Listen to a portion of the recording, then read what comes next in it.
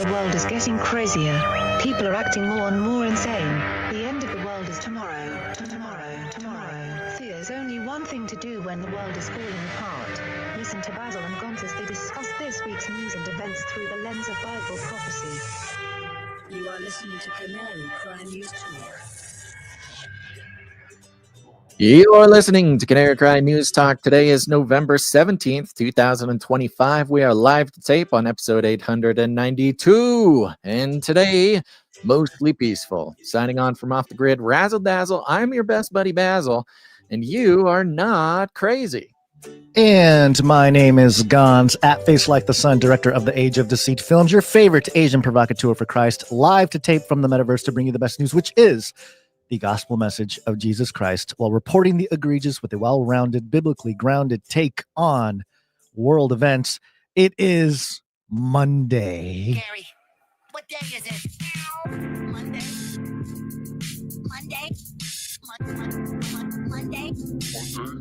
And we have to say happy birthday to Theosophy. Oh, happy birthday, Theosophy. Yay. Do you know what Theosophy is, Basil? Of course I know what Theosophy is. I can't say it, but I know what it is.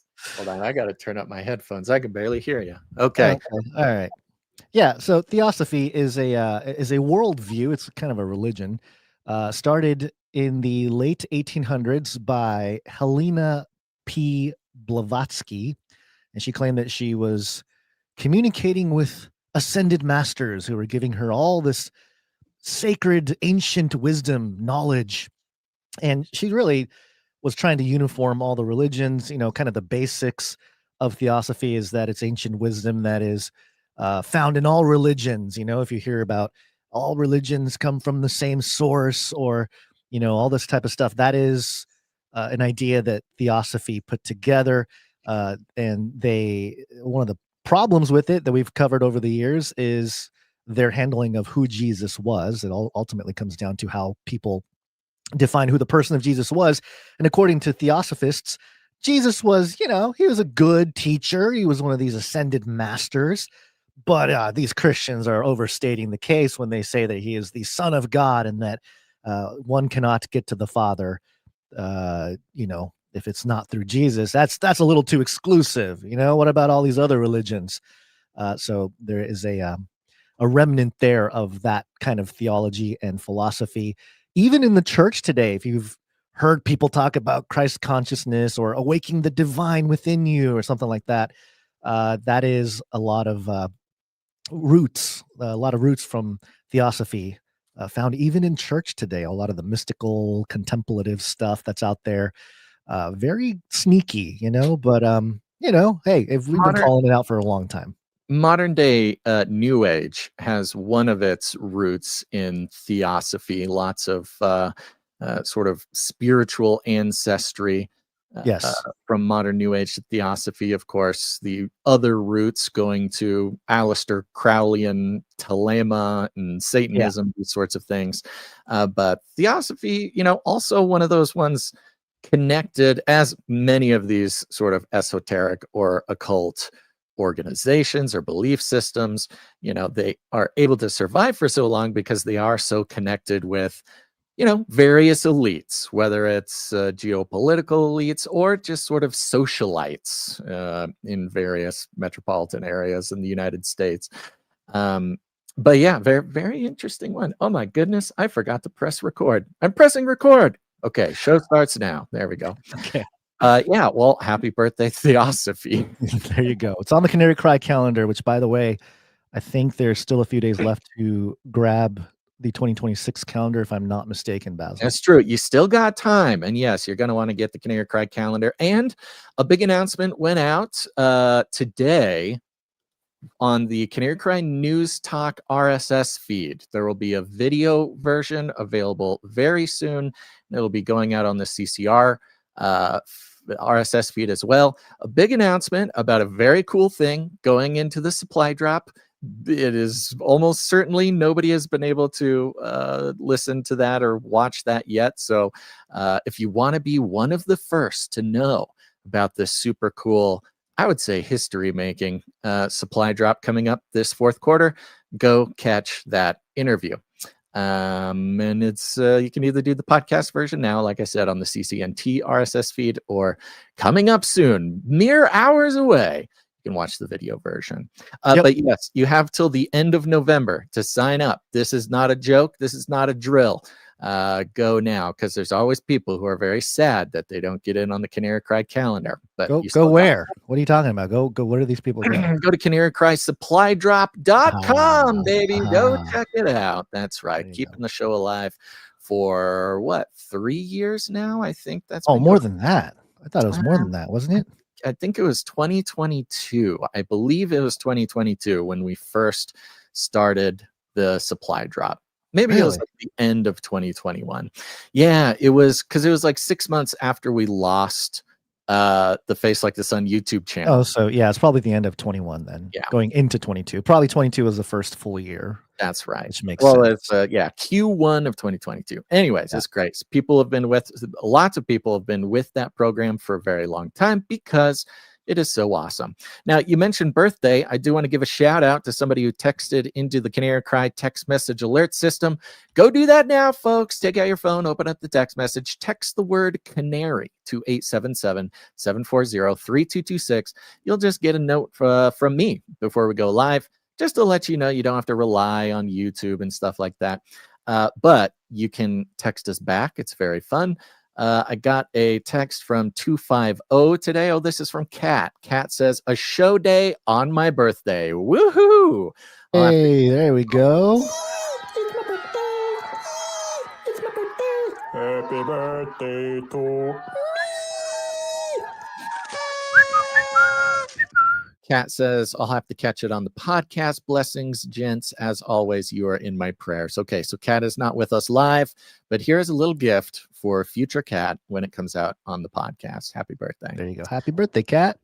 Okay, we got some any other this is a quick mention. One big announcement real quick, because we had a lot of people asking about this. We got a note from Cage Rattler Coffee. CageRattlerCoffee.com.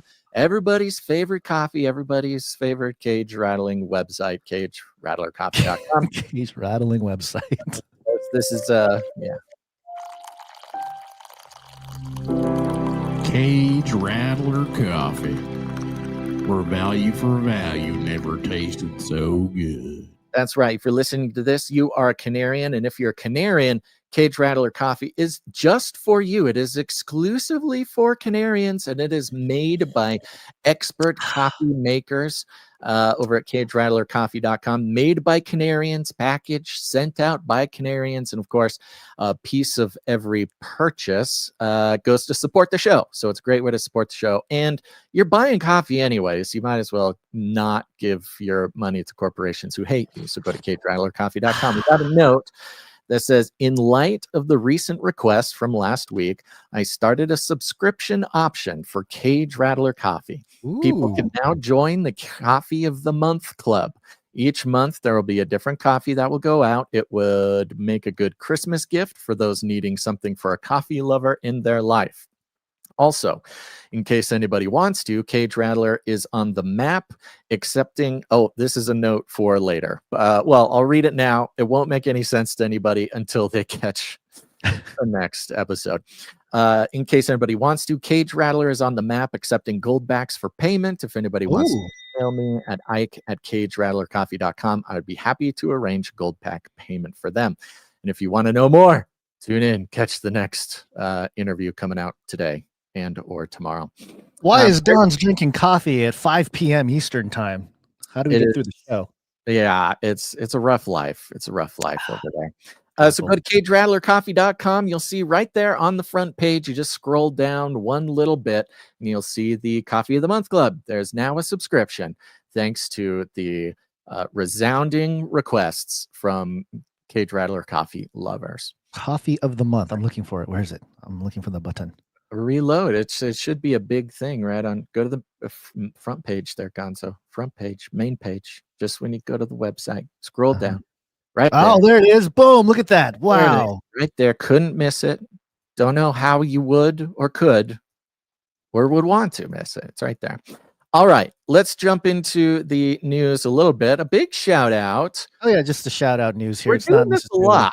We get to do Yeah, this it's- shout out a lot now, but let's give a little shout out here to Tim Alberino, friend of the show.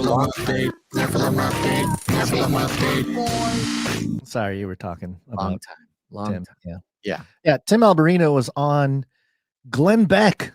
He's made it. He keeps made it. keeps ascending, Basil.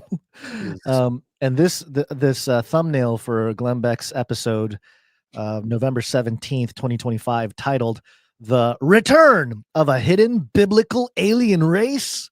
Tim Mhm. Alberino, the Glenn Beck podcast, episode 274, and on the caption of the thumbnail, it's got Tim there. It's got Glenn's face.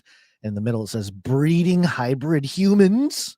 Mhm. So there you go. Yeah, I guess I don't know. Are these sort of, I guess, quote unquote, independent or alt people, legacy, former legacy, mainstream media talking heads? They seem to be tapping into our genre quite a bit recently, from Tucker Carlson to now Glenn Beck.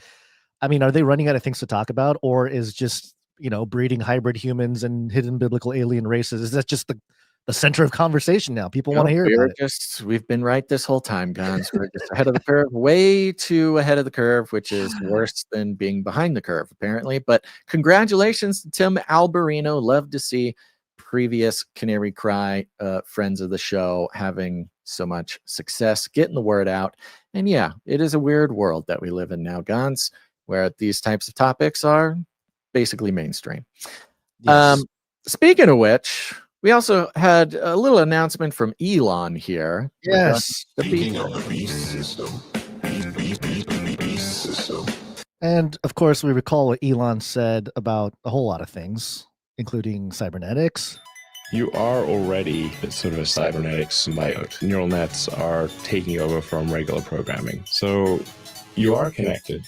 And AI. The danger of AI is much greater than the danger of nuclear warheads by a lot.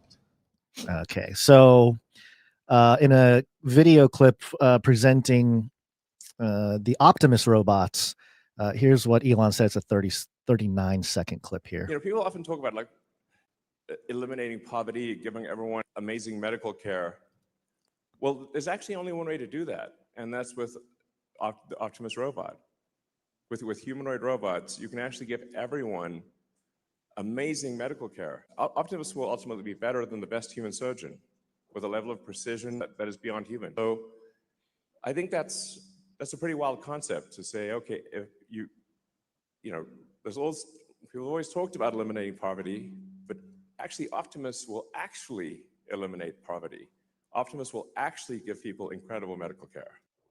Medical care, but also he quote posted this and said, Dr. Optimus. That's Dr. Optimus is coming to a place near you. Yep. Yes. But part of that is not just that, you're going to have better medical or health care.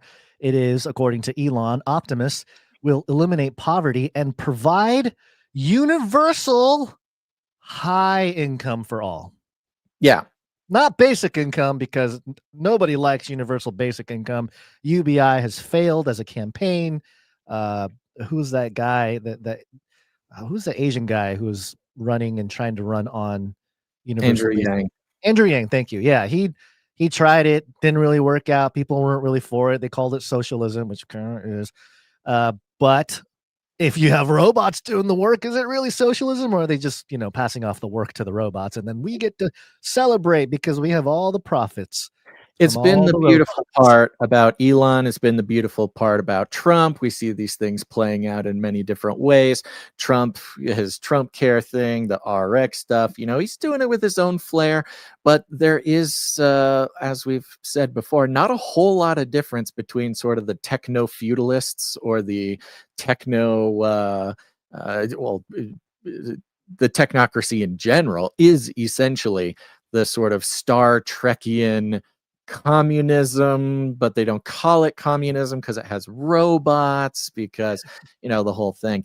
And yeah, we've talked about UBI for many years, has been a part of the discussion, but now universal high income is, that's the thing about communism, is you just get to be like, wow, what beautiful promises, what wonderful promises you bring to us, Zoran Mamdani. And it works. It's always the thing that it works.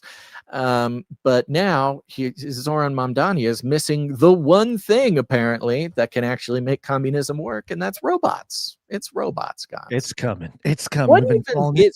here's the real sort of philosophical question to me, is what even is universal high income if everybody's getting the universal No, see, high income pie? I think everybody's misunderstanding what he's talking about here. People are thinking that the high is in relation to economic terms. I believe it is going to be the psychological state of mind of everybody.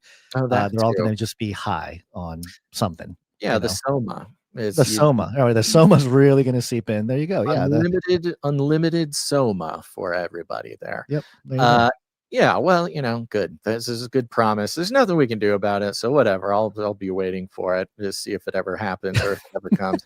Dr. Optimus, I don't know about that either. Yeah. There's also some news from another tech billionaire.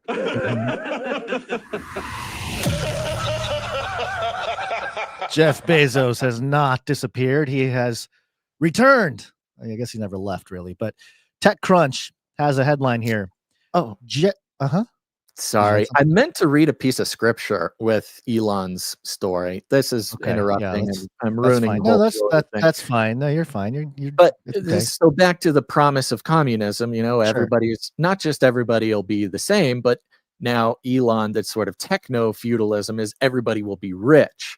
And Yes. The sociology has been done. Like, what is the difference between rich and not rich, or rich and poor? It's all this sort of like psychologically relative thing, like especially with the current state of the economy, and especially in places like New York, where you can take home $1 million a year in New York, and you are, according to all the polls, I read like 3 different stories on this, according to the experience of having $1 million a year in New York, they're saying they're scraping by. Now, of course, someone who is used to thriving with $1 million a year, scraping by on $1 million might look a little bit more like, living paycheck to paycheck, things being super expensive. You might not necessarily be in the poorhouse, but you don't find yourself with a whole lot of extra income. And, this was something my family always kind of, the secret they let me in on early on in life was, there's a thing called being house poor, meaning you can have all the money in the world, but if you spend all that money every month and you don't have extra money, you're house poor. You might live in a nice house, but if all your income goes to it, you don't have any money and you'll feel poor. It's this like psychological thing, that poverty is more of like a mental comparison. It's a mindset. Yeah, which is why the communism thing, it's really the only reason why it works in the minds of people who want to do it, is because if everybody has the same, even if everybody has nothing, like if everybody's in the breadline, then nobody's poor, because we're all in the breadline. We're all starving to death. We're all, waiting 17 years to get medical care in these sort of socialist systems. And if everybody's poor, then nobody's poor. And what Elon's doing coming in is basically giving you the opposite version. It's like, everybody's going to be rich, so nobody's going to be rich. Right. Which is saying the exact same thing. The same thing, yeah. More marketable. And more robots, apparently. What was the scripture reference? Matthew 26, I think it was 11. I'll start at 10. I'll start at 8, actually. When the disciples saw this, they were indignant and said, "Why this waste?" I'll start at 6. While Jesus was in Bethany, in the home of Simon the leper, a woman came to him with an alabaster jar of expensive perfume, which she poured on his head as he reclined at the table. When the disciples saw this, they were indignant and asked, "Why this waste? Perfume could have been sold at a high price and the money given to the poor." Aware of this, Jesus asked, "Why are you bothering this woman? She has done a beautiful deed to me. The poor you will always have with you, but you will not always have me. And then goes on to explain the blessing that the woman, brought to Jesus and the whole spiritual significance of it. But that phrase, like the poor will always be with you, but you won't always have me, is a very interesting moment quoting Jesus, because if someone were to come and be critical of it, they'd say, what do you mean you'd always have the poor? Jesus is being sort of, callous. Classist. Yeah, classist, callous. He's saying that there's nothing we can do to end poverty. And as we've seen in the entire history of humanity, we have not figured out how to get rid of poverty. And essentially, it's because poverty is what I mentioned before, isn't this solid thing. Poverty is this comparison sort of mindset. It's this, there's a lot wrapped up in it.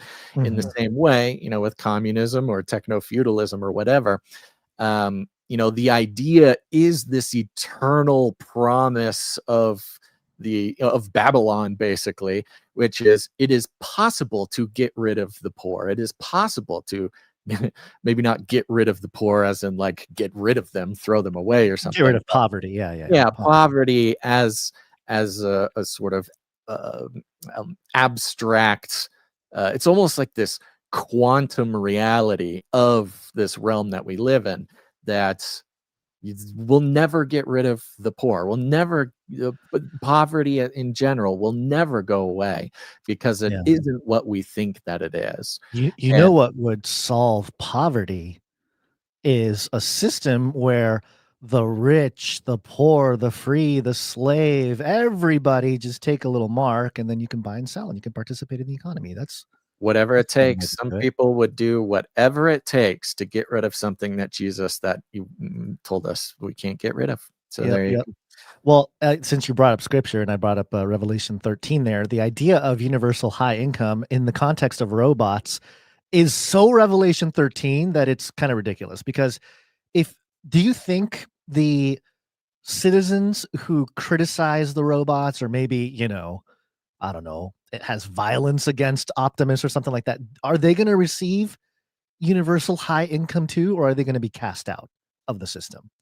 And if you think about Revelation 13 and the mark of the beast and the image of the beast inextricably tied together, the image requires worship and to take the mark in order to participate in the economy. Right. So it's almost like you got to bow down to this entity that was inanimate before, but suddenly it has life, and you gotta comply with it. You gotta worship it basically to participate in the economy. I don't know. I'm not saying that Elon Musk and Optimus are fulfilling Bible prophecy, but it sure does tick off. It sure does tick off some on the checklist when it comes to what to expect with some of this stuff. At least in archetypal sense.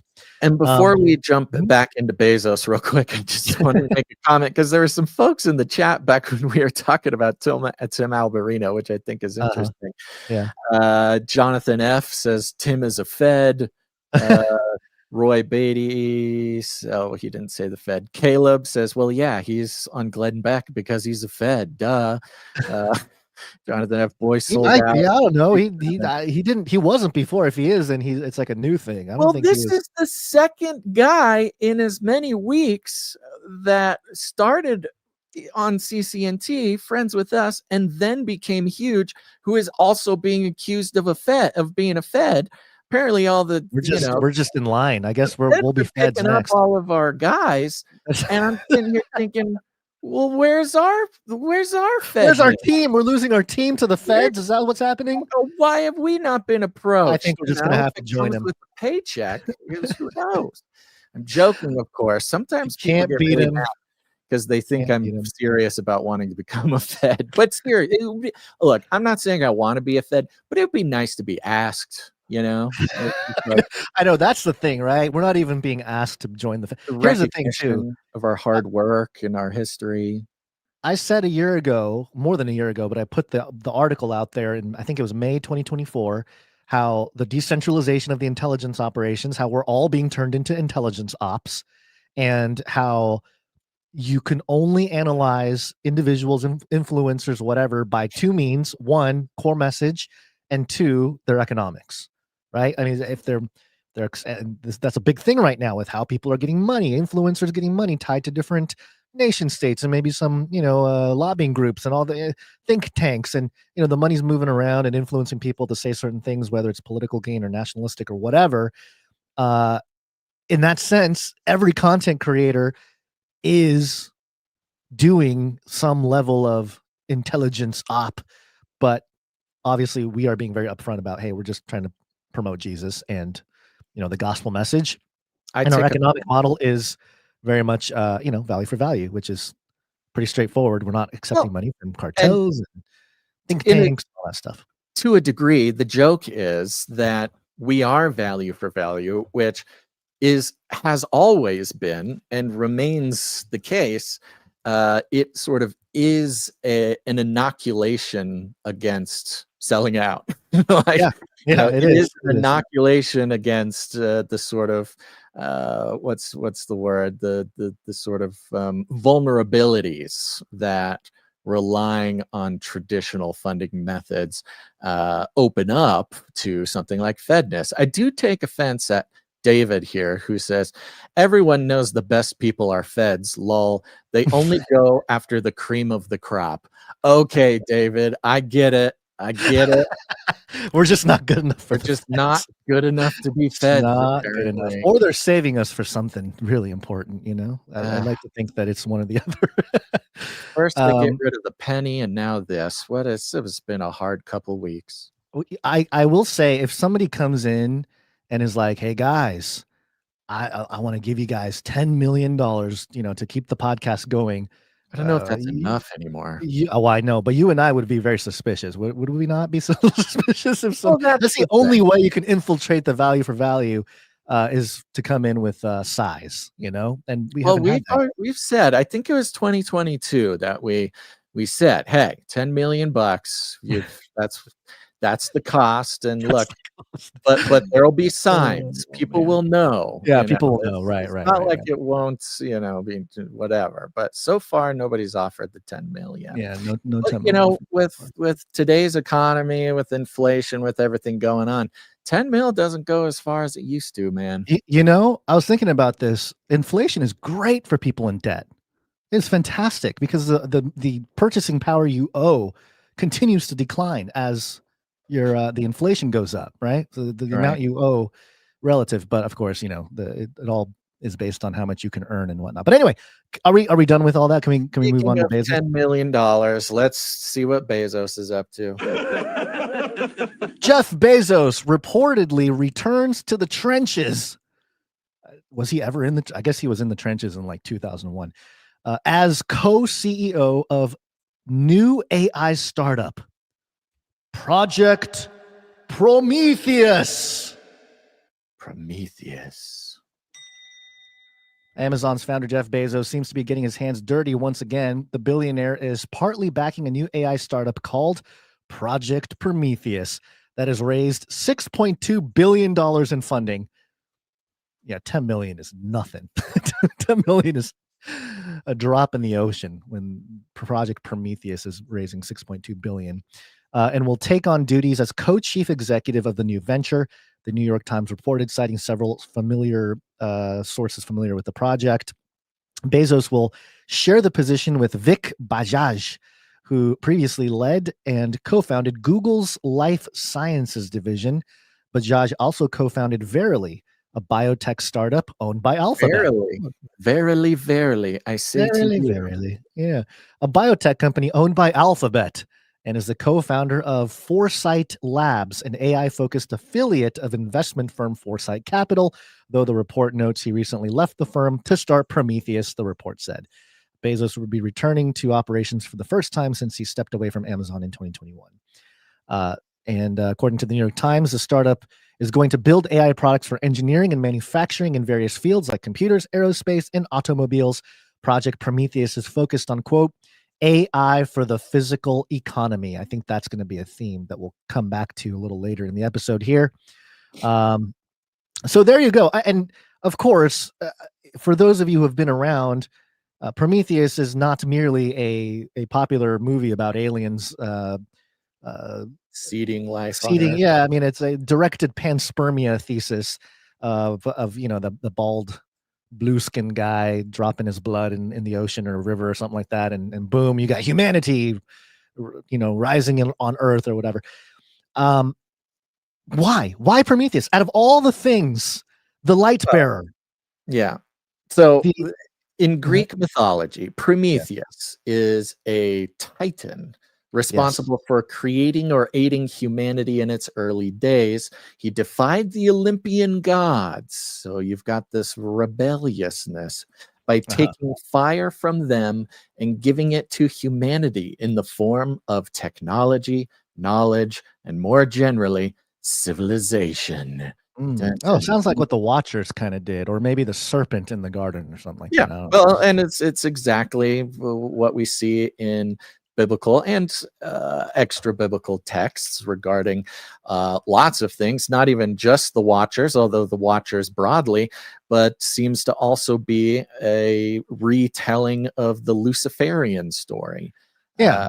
Almost exactly, even down to the emotions that Prometheus is feeling while he is rebelling against, the higher form of gods in the Greek mythology, coming down, bringing the light, being the light bearer, the Luciferian, and ultimately being worshipped for it.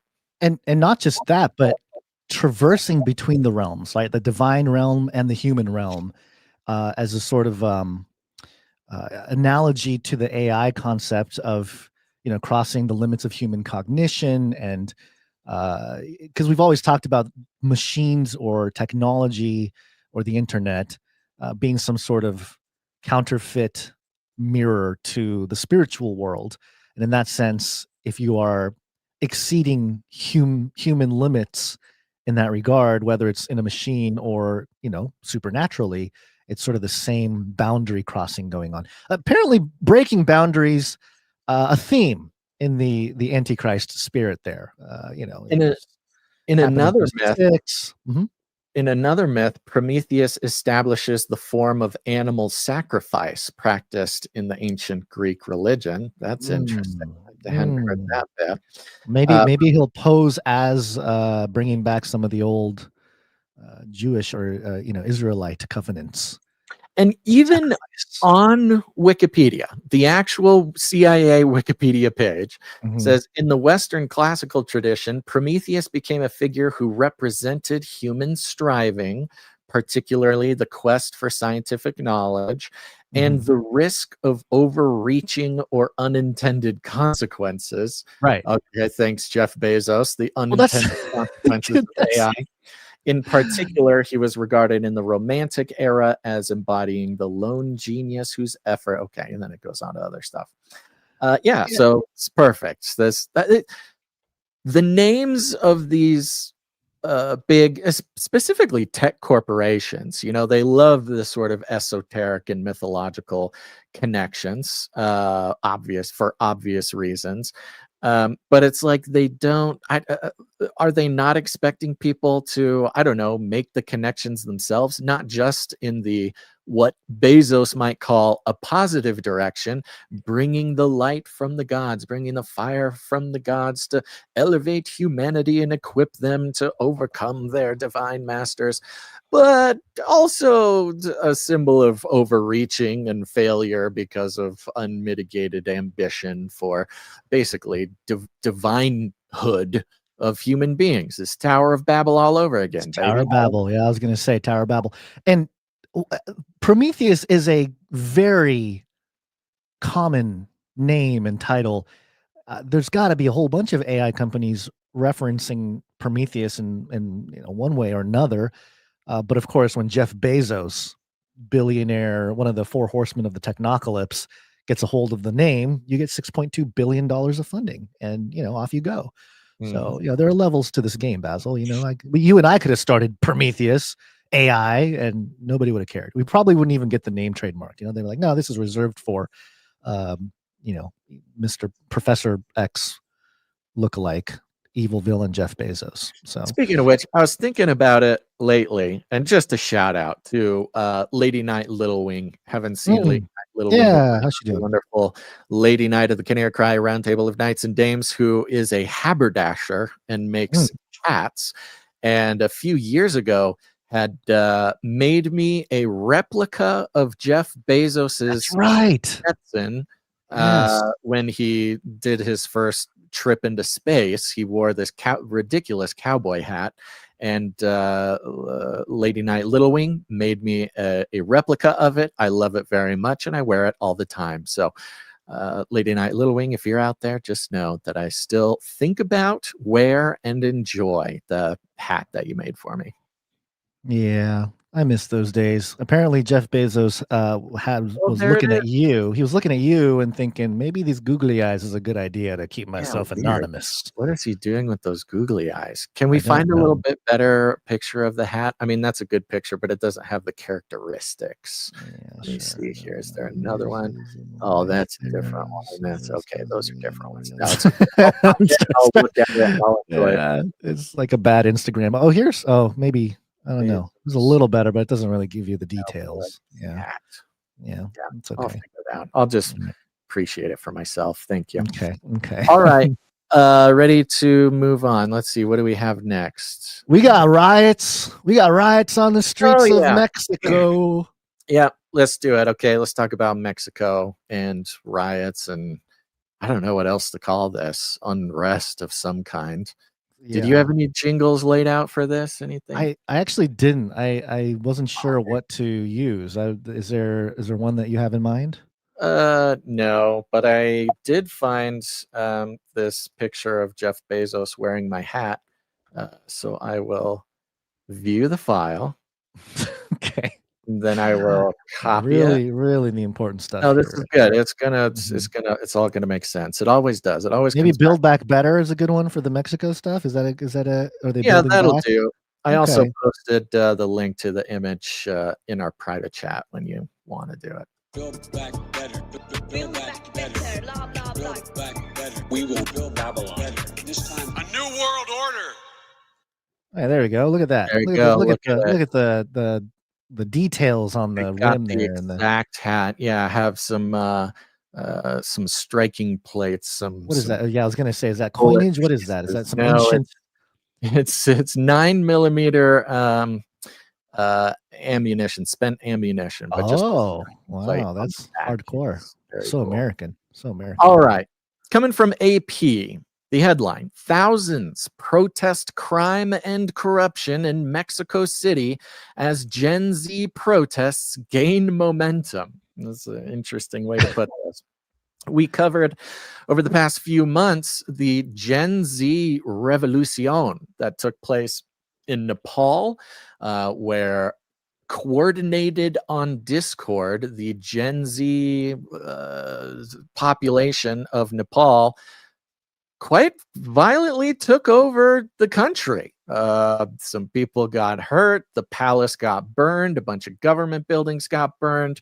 It was just like a full, like in the movies, taking over the country. Now, of course, Nepal, small country. There are some interesting details, specifically about the fact that it was planned and coordinated on Discord. We've tracked and traced the very interesting details about Discord and how specifically it seems to pop up in almost every single big world event that has to do with a young person, these young people.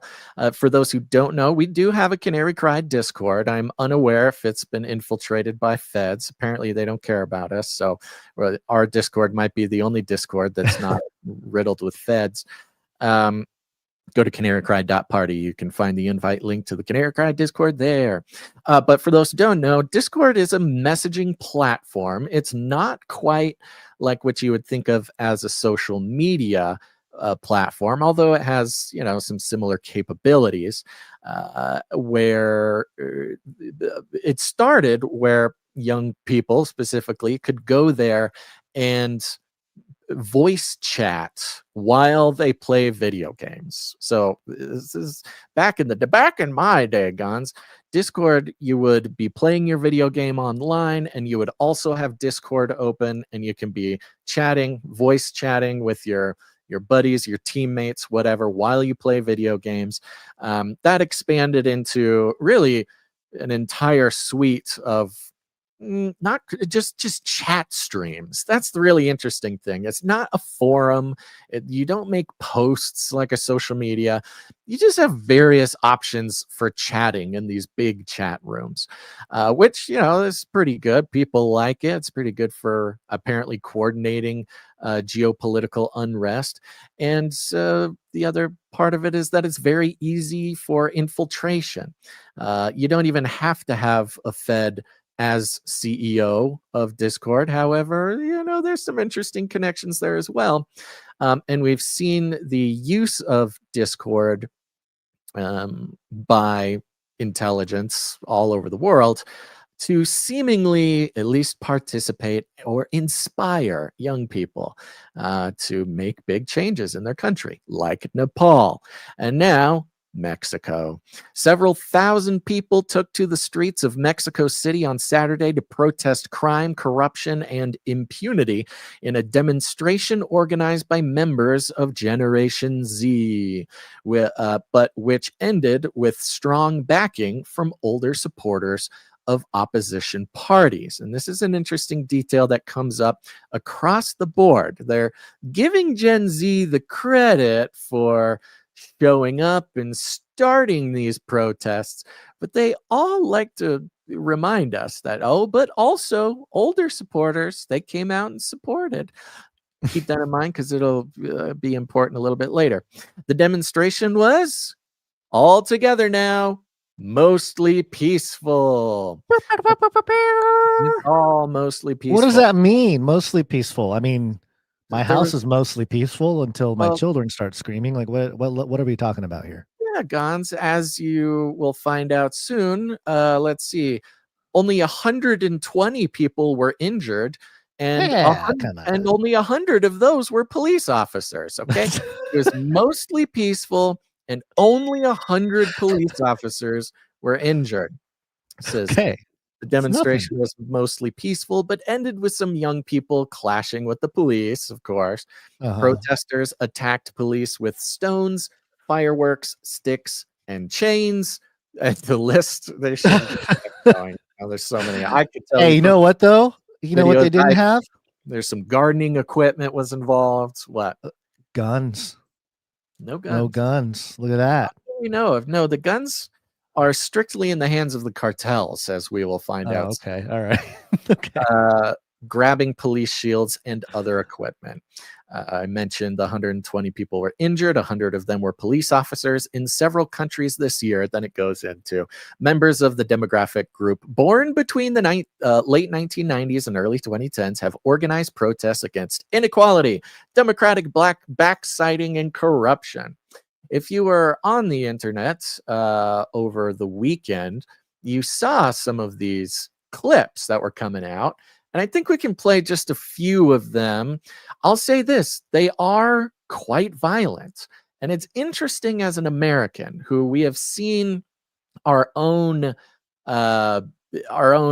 whatever Gen Z revolutions or whatever, our own quote mostly peaceful gatherings. It's kind of weird watching these ones from other countries. They're very distinct. This clip you got on the thing now, many of the articles kept hammering home. Al Jazeera was great, by the way. They kept hammering home, no, it was a small amount of Gen Z. It was a small crowd. Only 100 police officers got injured. It was again, trying to give the impression, as often the media does, that the violence was sort of a secondary or tertiary nothing burger. But here you can see in this clip, thousands, just an enormous throng of people surrounding the National Palace. This is like their White House. Yeah. and they had put up some barriers. The barriers got torn down. You can see the cops there in the front. Just some massive plumes of crowd control chemicals there. I mean, oops. Now here are some action shots here. Again, just over the crowd. Now, one thing that really blew my mind was this next clip.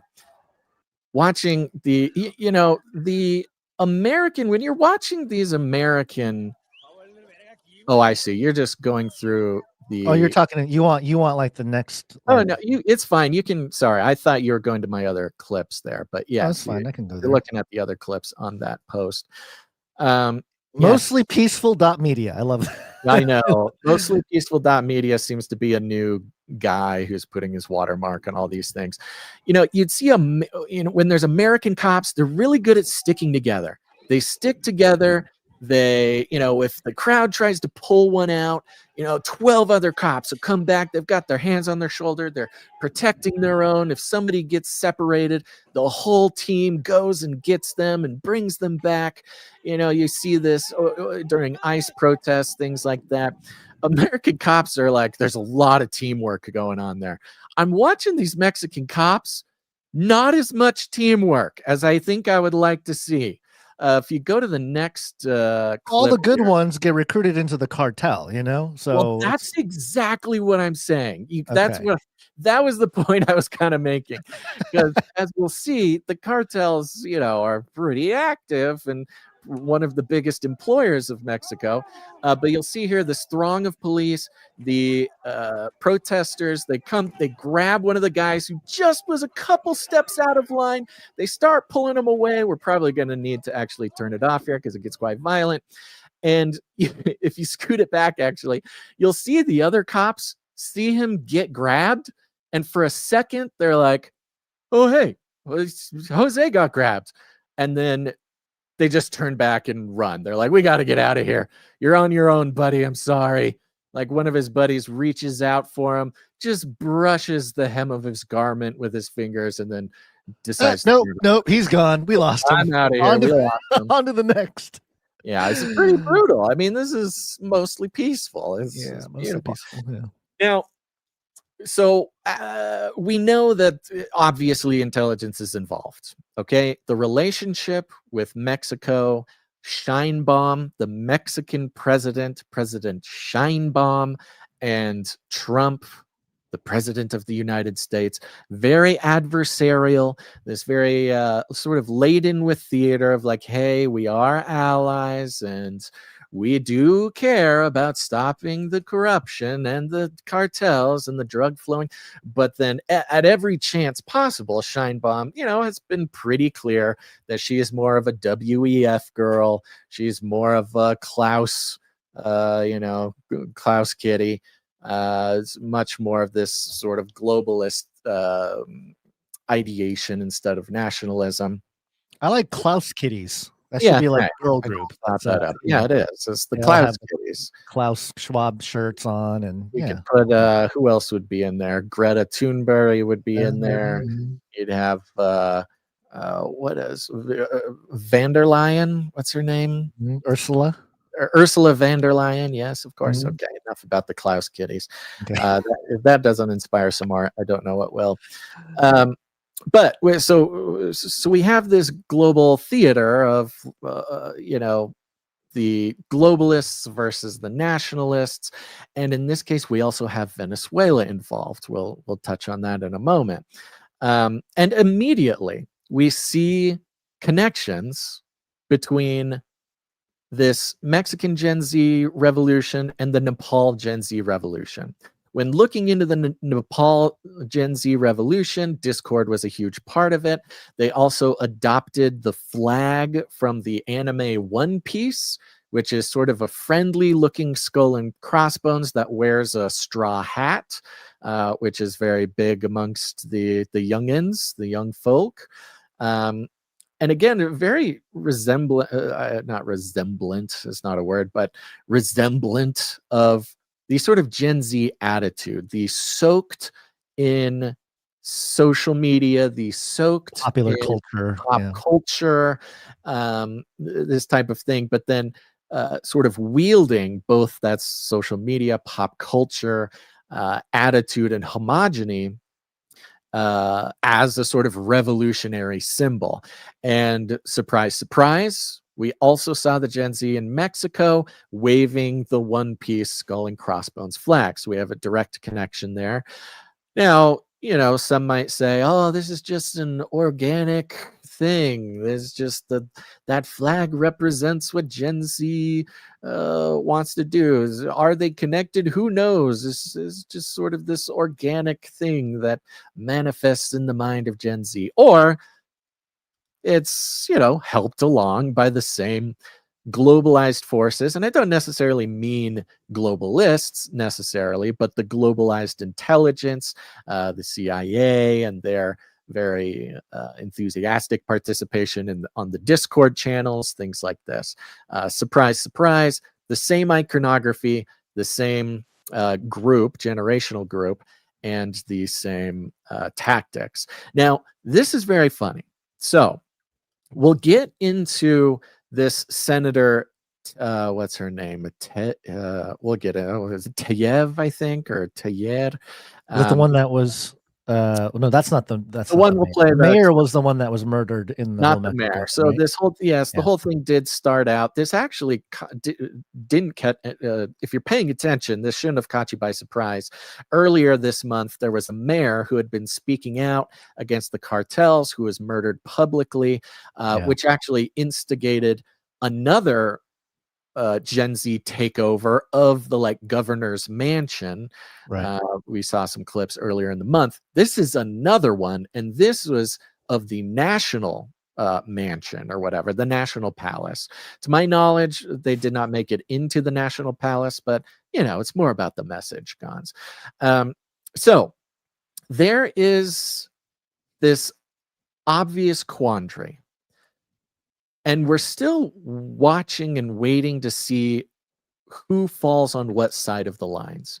Because if you're paying attention, obviously that there was some, intelligence involvement, of course. It didn't just naturally coordinate. Nothing naturally coordinates in this way. But you do have the sort of globalist powers versus the nationalist powers. We know the CIA is very good at coordinating and inspiring these types of things, but it's usually considered like a conservative or like a right-wing conspiracy theorist kind of attitude to question the organicness of a movement like this. Well, in this case, it's very interesting to see the left is actually the one coming down pretty hard on, no, these Gen Zs, they love the cartels in Mexico. They don't want to stop corruption. This is totally made up by the CIA because the left has to support Sheinbaum, because Sheinbaum is the anti-Trump. Sheinbaum is the globalist. Sheinbaum has all sorts of fun socialist plans for Mexico. She's the left's gal down there. And so we have, for instance, Ryan Grimm, who is a pretty famous kind of lefty person. He co-hosts, what's that show? We've Got, the author of We've Got People, The Squad, and This Is Your Country on Drugs. Co-host of Breaking Point. Yeah, Breaking Point. So Breaking Points, it started out being with a valiant effort to kind of bring this both sides kind of fairness back during COVID. It has since tumbled down the infinite rabbit hole of crazy leftism. And Ryan Grimm, one of the co-hosts, has this post here, and he has this it's a hilarious picture, honestly, of what can only be described as a boomer fed. Like your uncle boomer fed. Yeah, he's a classic fed. I'm not even actually the aviation glasses, the floppy hat. He's got the square jaw, he's probably a Mexican guy. I think he's a little lighter skinned, but there's lots of variations down in Mexico there. But a lighter skinned, very square head, square jaw, huge police mustache, like beautiful top mustache. Couldn't even shave the mustache for the op, huh? Just had to go out there. got the aviator glasses, wearing some sort of baseball hat, and wearing a black T-shirt with the one-piece skull and crossbones with the straw hat on it, which is a hilarious thing in its own because it's, you know, a very Gen Z picture. It's the fact that a guy who's maybe coming up on 60, he's not quite retirement age, but very fit, you know, of course you got to be fit if you're going to be a Fed. He's just kind of calmly standing there in the crowd, just like clapping, just like, yes, very good, revolution. Revolution, burn down the palace. Gen Z, rise as one piece. As one piece. I'm an ally. He's a Fed ally. And there's, so the left is grabbing this. By the way, the same left that praised the Nepalese Gen Z. I was going to say, this is interesting. Yes. Yeah, it's whoever has the accusing Feds narrative. It's almost like that is the moral high ground for your argument to be like on the right side of history or something. It's like, look, the other side, Feds, there it is. And now, boom, there you go. You got a narrative. Part of the reason we're seeing the sides fall where they are is because of a Mexican senator who came out recently. Oh gosh, I hope we got what we need here. Mexican senator. Is this the correct one? Let me see. Yes, it is. Okay. So we have what is her name? This gal here. Yeah, shoot. This post doesn't have her name. I'll get it in a second. But this gal is a Mexican senator who has posted sort of innumerable videos. I mean, some of her videos are like filming actual cartel leaders sitting in the Senate building during Senate whatever meetings. Yeah. Just like known cartel leaders mingling with politicians. And she showed up on the Mexican version of Fox News, or their Mexican channel. It was all in Mexican. I'm sorry, all in Spanish. Oh God. There we go. We're just canceled. There we go. That's it. That's the clip. And then she came on again to Fox, I think yesterday or today, did it in English. And so we can hear her telling of what's going on in Mexico right now. There is an RT logo here. Is this on RT? Sorry, this was RT. Right. This was an RT clip. Okay. Is Mexico a narco state? Yes, it is. And we all Mexicans know about it. And Mexicans are afraid of the alliance between the Mexican government and the cartels that have infested our nation. Can you explain this alliance between the president, her party, the Morena party, and the cartels? Yes, the party has financed, has given, the cartels have given so much money to these politicians, narco politicians of Morena, to get into office, to get the power. So they protect, the Mexican government protects the cartels. That is why President Sheinbaum doesn't want the strong American leadership to help Mexico defeat the cartels. And also Sheinbaum doesn't want the rest of the world to know what is happening here in Mexico. We are on the steps to be the next Venezuela. She is aligned with Venezuela's dictator, with Cuba, and we are losing our country. They have destroyed our Republican institutions, the democratic state, and we must, I think we all Mexicans want and welcome the support of the United States to assist Mexican people against the cartels that have us all in this crisis with the traffic in fentanyl and migrants. Okay, so she, kind of gives an overview there. Sorry, the Fox interview was that second one we have in there, Gons. It's a little bit longer. It's about 5 minutes. We might take a few seconds to listen to some of it, but she does sum it up quite well here. And one interesting thing that is notable, especially when you're looking at this through the geopolitical intelligence sort of color revolution lens, is that connection with Venezuela, because we've had all the funky Venezuela stuff going on. We'll talk about a little bit more of the United States positioning in the narco boats here in a moment. Let's play this Fox News clip just a little bit here. We can stop it if anything jumps out at you. I don't think we'll need to play the whole 5 minutes, but let's get a taste of it. The president of Mexico is furious. She's calling Mexican Senator Lily Theil a traitor for coming on Fox Noticias with me a few days ago and saying this. Listen. The help from the United States to fight the cartels in Mexico is absolutely welcome, and that is how the majority of Mexicans feel. The only ones who don't like that President Trump is sending help and trying to support Mexicans against the cartels are the narco politicians. That includes President Sheinbaum. Mexican President Claudia Sheinbaum responding, saying, quote, "It's not a minor issue that a senator gave an interview to a foreign media outlet calling for intervention." Here to discuss is that Mexican Senator Lily Theil. Senator Theil, welcome to Fox Noticias. I'm just going to get right to it. Is Mexico a narco state? Okay, that's where the RT clip.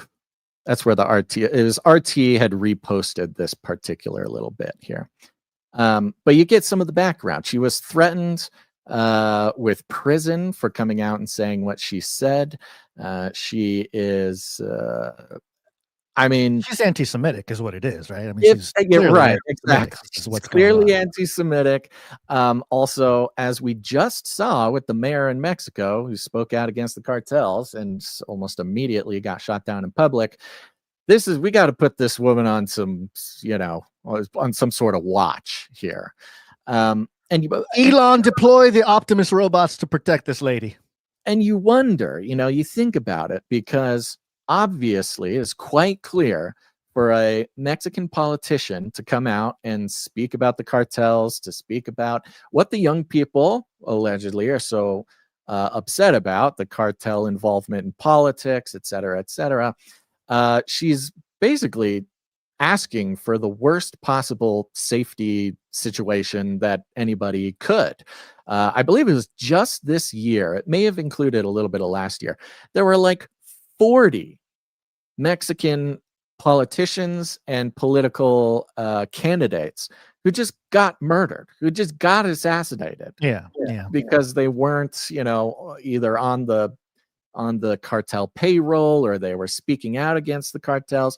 I mean, for 40 of them in 1 year, there's some serious, not only resistance from the cartels, obviously, but there's some serious problem when it comes to the cartel problem, that enough political candidates, enough politicians would continue to speak out even after 39 of their fellow, politicians get taken out for speaking about it.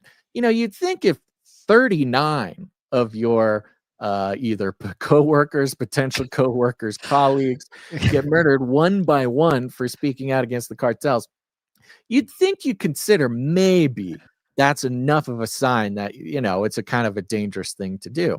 And even so, they keep doing it. And I think to myself, what sort of security guarantee, what sort of security apparatus or security team or security plan, what level of security guarantee would it require for someone like this to come out so brazenly and internationally, not only speak out against President Sheinbaum, but also speak out against the cartels? The only security in the world that could possibly make you feel comfortable enough to do that is the literal CIA. I mean, nobody else would even have the capabilities of keeping you safe at that point if there weren't the full force of the American government guaranteeing that you can speak out. Yeah. So, just to kind of piggyback on those numbers, according to this is Wikipedia, so take it for what it's worth. Wikipedia sourced 21 politicians killed under her presidency since October 1st, 2024, when she took over. Wall Street Journal reported that in her first 13 months, 9 mayors were murdered. So minimum 30 politicians between, and I'm sorry I laugh, it's only because of the crazy ridiculousness of numbers. Imagine 30 either politicians or mayors being murdered in 1 year. Yeah. And that's I think America. And I think those numbers, that doesn't include the candidates. I think there were some elections where the candidates got murdered. I think that's what maybe brought it up to 40. Maybe, yeah. Yeah, I mean, it's just absolutely insane. And so you would have to, I mean, so now we come down to the sort of taking sides part of it. Because on one hand, of course, the CIA is involved in some of this. But the left is taking that to mean, no, Mexico's great. None of these problems are real problems. We side with the cartels. I mean, I shouldn't be surprised that the left is sort of taking the side of the cartels and, corrupt politicians in Mexico. I guess this is just whatever. But you see, the pretty obvious fact that CIA involvement is almost guaranteed. It throws this very subtle sort of nuance into the conversation because in this case, perhaps it is a good thing that the CIA is involved. See, now we're buying into the PSYOP, and now we are being forced to defend the CIA and their foreign actions because there is a greater enemy at hand. Show me that money, feds. Bring it on.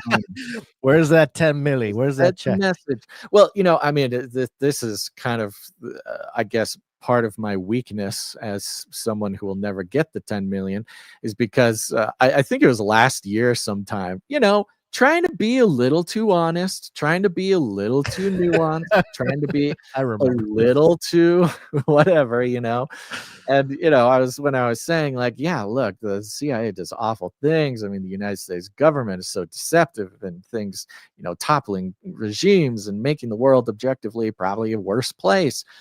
But it does keep the gas prices down in America. I wouldn't have internet if it wasn't for CIA. Thank you, CIA. I wouldn't have flushable toilets if it wasn't for the CIA. Thank you, CIA. We wouldn't have the government, the economic situation that we have in the United States. We are still technically the richest country. We don't know what it's like to not be the richest country. And that's because of some very brave men and women at the CIA toppling governments, and so I get that stuff. But you know the point I'm trying to make. Yes, of course. Yes, there's a nuance there, and it is a complicated thing when you look at it. It is not a, I guess you can look at it spiritually as a ubiquitous entity, CIA, but there is a mythology layer built in between all the TV shows that glorify, intelligence work or, sort of show the underbelly of stuff that goes on. And all of the alt media who basically call out CIA operations and, call out the nonsense and shenanigans, which has become a pastime and like a practice of most podcasts who are doing any kind of truth type of stuff. But here's the thing. I mean, you look at professional sports and you have a league, but then you have these different teams competing against each other. I don't see anything different with this when it comes to different operations. Obviously, the impact of what they're doing is much more damaging to local residents and things of that nature. A lot more collateral damage. Both talk about the cartels. The cartels, and just the in terms of an operation. Let's say the CIA are down there to protect the anti-cartel sentiment of the Gen Zs and trying to create this or stoke this revolution, which the U.S. has been very good at, and I really got a grasp of some of that studying how Japan came to be a Western nation. If you go down that rabbit trail, it's pretty wild. Where it's like they basically armed the youth with guns. Yeah, and you've seen the movie with Tom Cruise and all that. So anyway, so it's a very similar tactic where you come in and you don't necessarily do it by force. You stoke it from the local residents. And so there is a highly emotionally charged youth movement that really does it. And I see this as no different, but yeah, you can have different factions within the CIA or different branches or maybe different national interests so kind of coming into play. But yeah, it's not so simple as to say, oh, they're calling out CIA. That's the good guy. Well, here's the They're thing to acting with remember. CIA. They're the bad guy. Here's the thing to remember. Okay. When you're looking at that image of the young people fighting the police, just as Trash Squatch says here, I have family in Mexico. Most people there prefer the cartels to the police, and in many cases, they're the one and the same. That's the point, is that the cartels, those police there protecting the National Palace, in a sense, are protecting it for the cartels. Right. They essentially are cartel police. And, you think about the CIA getting involved. Are they the good guys? Or are they the bad guys? The fact of the matter is they wouldn't be getting involved at all if it wasn't in some sort of national interest of the United States, right? They would not touch it. They wouldn't care. It's none of their business unless it stands to benefit the United States government to cause this sort of unrest. And so we have to take as a baseline, this is happening. It's being allowed to happen. It's being stoked to happen. It's, whatever, however you want to describe it on any different level. It's happening because it's in the interest of the United States. And that's where Venezuela comes in. We've been tracking the Venezuela thing. We've, of course, we hear about more drug boats every week. I mean, there's like two or three of these drug boats every week getting blown up. Hegseth is publishing video footage of these boats exploding like once a week for the last 2 or 3 months. Yeah, and it reminds me, a lot of our younger listeners, maybe take for granted, our elder listeners will know that CNN during the Iraq War was the first time that we ever got to actually see war live on television. There's a certain image for the first time on CNN. There's this shot of the nighttime and it's night vision and it's over Baghdad and there's bullets flying. That was the first time ever that we got to see this stuff live, right? We have now moved into an age where we're not actually watching war. This is not war in the traditional sense, but we're watching over and over and over kind of grainy night footage from a drone bombing relatively small boats. These are not like military boats that now, if the government is to be believed, there would be men with guns on the boats driving the drugs. But it's just over and over and over and over. We see another boat explode, coming from Venezuela into the Caribbean. At some point, I'm just like, yo, leave the boats at home, Venezuela. Like, you guys stop driving the boats.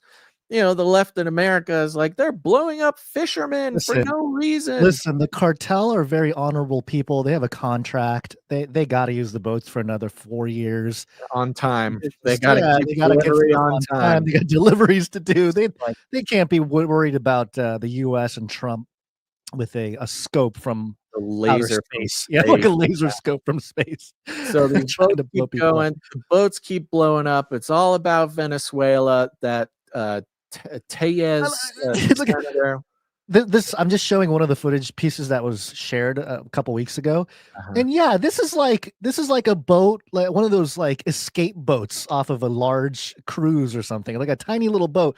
And it's got, I don't know. Yeah, maybe that's some drugs. No, it's for sure. I believe that these are drug boats. And remember, you're seeing it from very far away. You can tell by the size of the explosion. If you've actually seen these, you can find actually there's lots of footage taken from the drug dealers who film themselves driving these boats. They are surprisingly large. Not to say it's like a tiny little rowboat, but they'll be 10, 15 feet long. You can tell by the fact they have 3 gigantic onboard motors on the back of that thing. That it's a serious boat. So you can move serious product.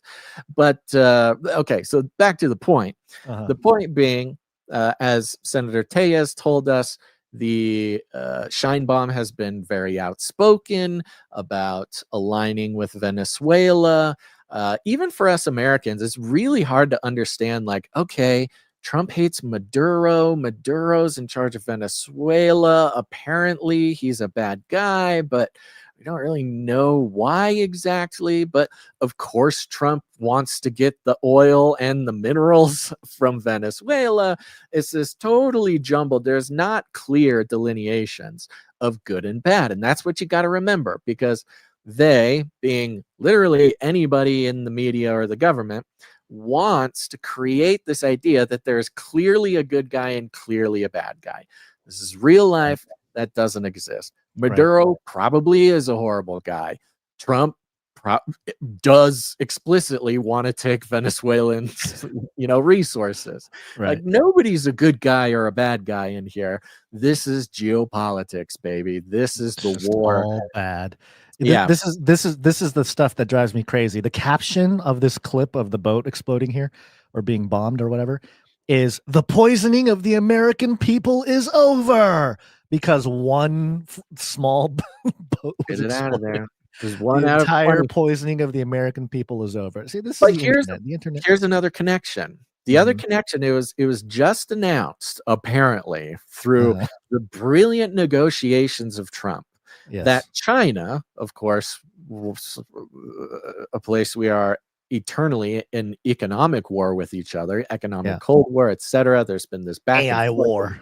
Forever, this back and forth negotiation with Trump and the tariffs and the this, and it goes back and forth.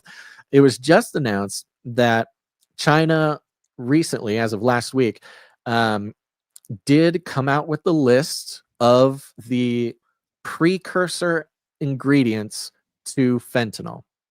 The argument about these drug boats is that we actually don't get a ton of fentanyl coming in from Venezuela. Now, people who want to make that point don't go on to say, well, we get all of our cocaine from Venezuela, or all of our, there's a dozen different horrible things that probably comes in from Venezuela. But if you're just talking fentanyl, even by the official numbers, not a ton of fentanyl comes in from Venezuela, but a ton does come in from Mexico. Back to the cartels. The cartel connection between the cartels and China, being that China delivers the ingredients to cook fentanyl to Mexico. Lax regulation. They ship the pretty harmless ingredients, on their own. The chemicals themselves are not necessarily, these crazy things, but when you ship all of them and you can get them fairly easily and cheaply from China, you cook it in Mexico and then you ship it over the border. This is known. China just came out and put out the list of these chemicals and agreed to stop shipping even the very basic ingredients to Mexico. This happened just, I think, a few days ago, maybe 4 or 5 days ago, which is a huge win for Trump, a huge blow to the cartels. At the same time, we're bombing these fishing boats from Venezuela, and we also have a little bit better of an idea of how the United States is positioning itself around Venezuela. Somebody went ahead and did us a favor and put this little infographic video here. I believe that there's enough information given verbally that the listeners will be able to get it. But let's take a quick look at this. Marines have now arrived near Venezuela. Let me start it from the top here. Okay. Over 13,000 U.S. Marines have now arrived near Venezuela. And what's happening in the Caribbean looks like the biggest military buildup since Iraq. Just off Venezuela's coast, Trinidad and Tobago has turned into a full-blown military zone. Meanwhile, the airspace above Puerto Rico has been completely shut down under national defense protocol. 2 U.S. aircraft carriers are already in position, and a third is racing in from the Caribbean. This could be one of the largest U.S. strike packages since World War II. Meanwhile, the U.S. officials are saying that there's no plan to attack Venezuela, but analysts are calling it the biggest military buildup since the Iraq War. In response, Venezuela has warned the United States that if an attack is launched, it will retaliate with its full strength. They deployed their Russian-made S-300V and BKM-2 air defense systems. Both nations are now on high alert, and tensions across the Caribbean are reaching a breaking point. Over 13.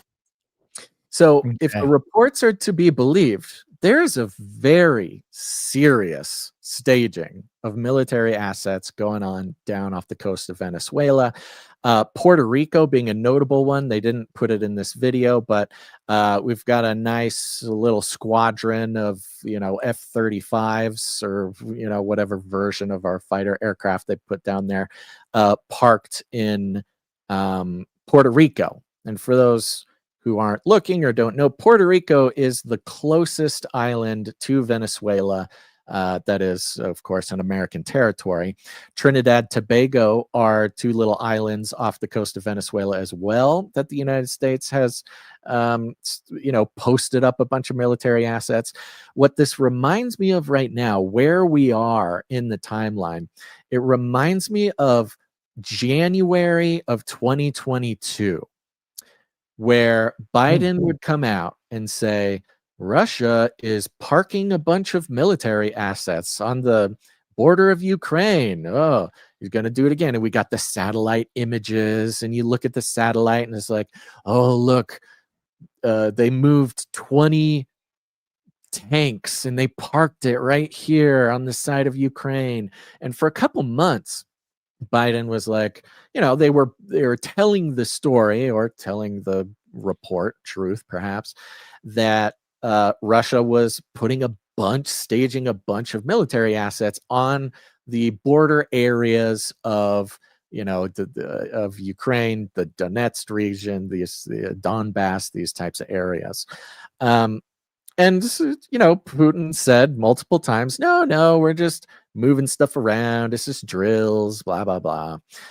We know now that Biden, was, well, maybe not Biden personally, but the United States establishment was essentially goading Putin to cross over the border and making threats that caused Putin to stage.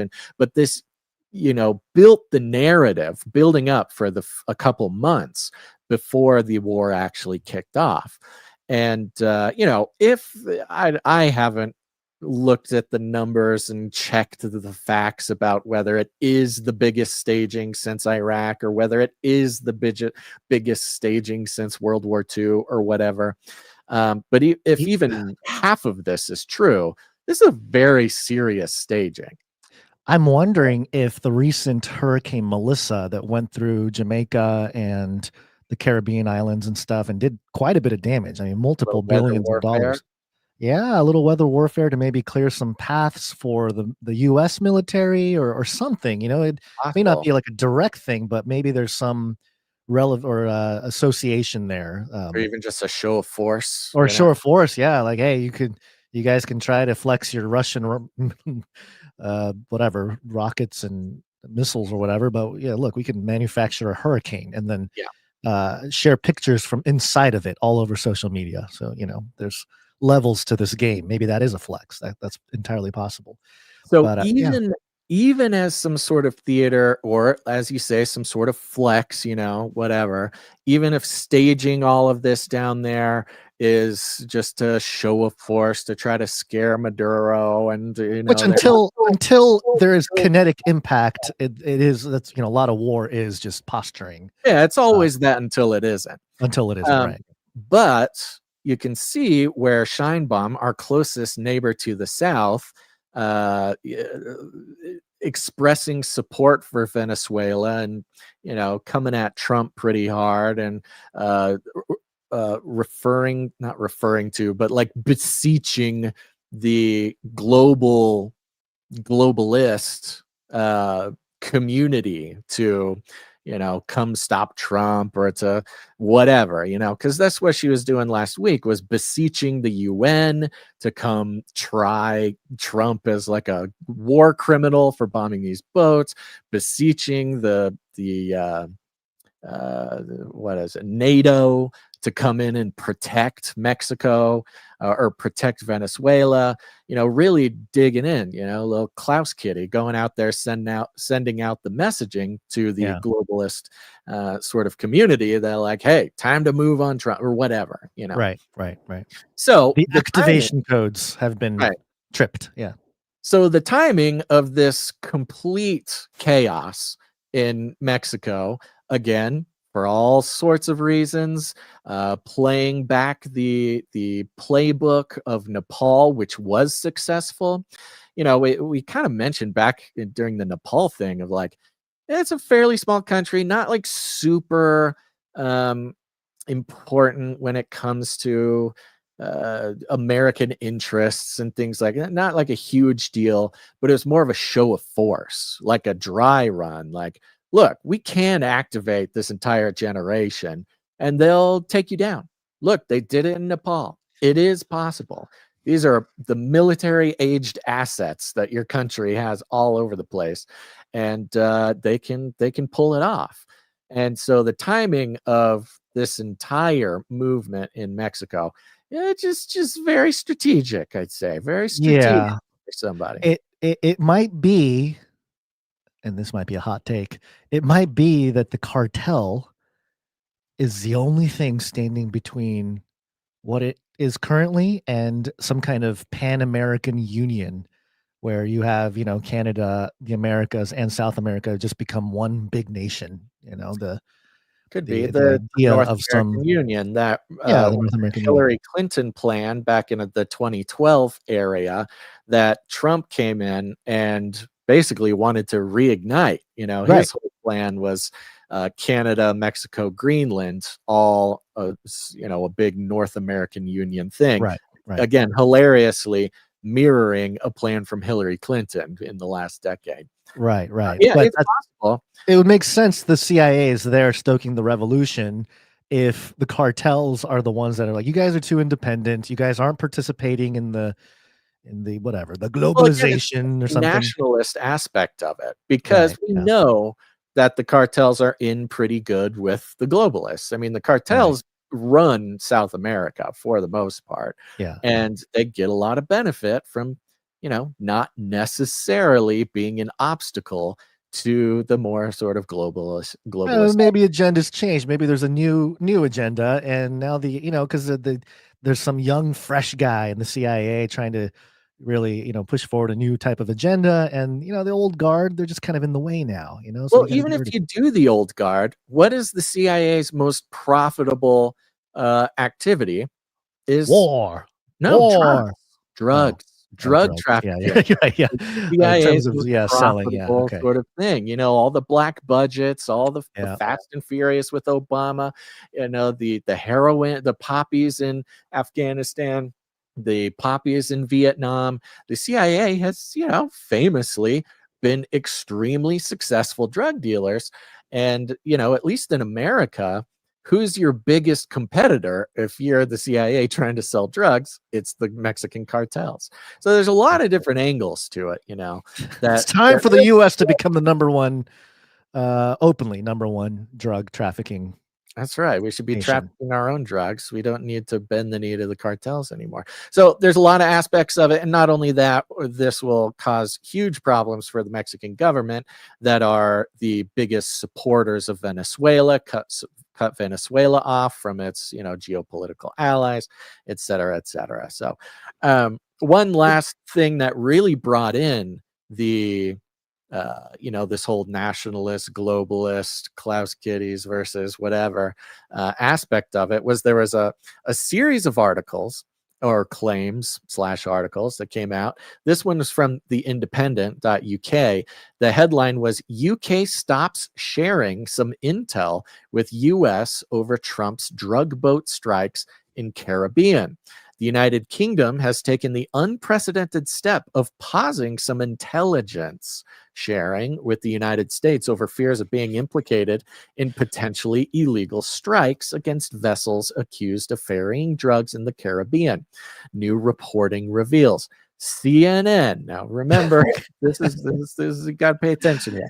CNN reported on Tuesday that the intelligence pause began over a month ago, with British officials reportedly agreeing with the international consensus that the strikes are illegal. This is part of what Sheinbaum was beseeching the, you know, global community was, hey, Trump's doing war crimes, illegally blowing up boats.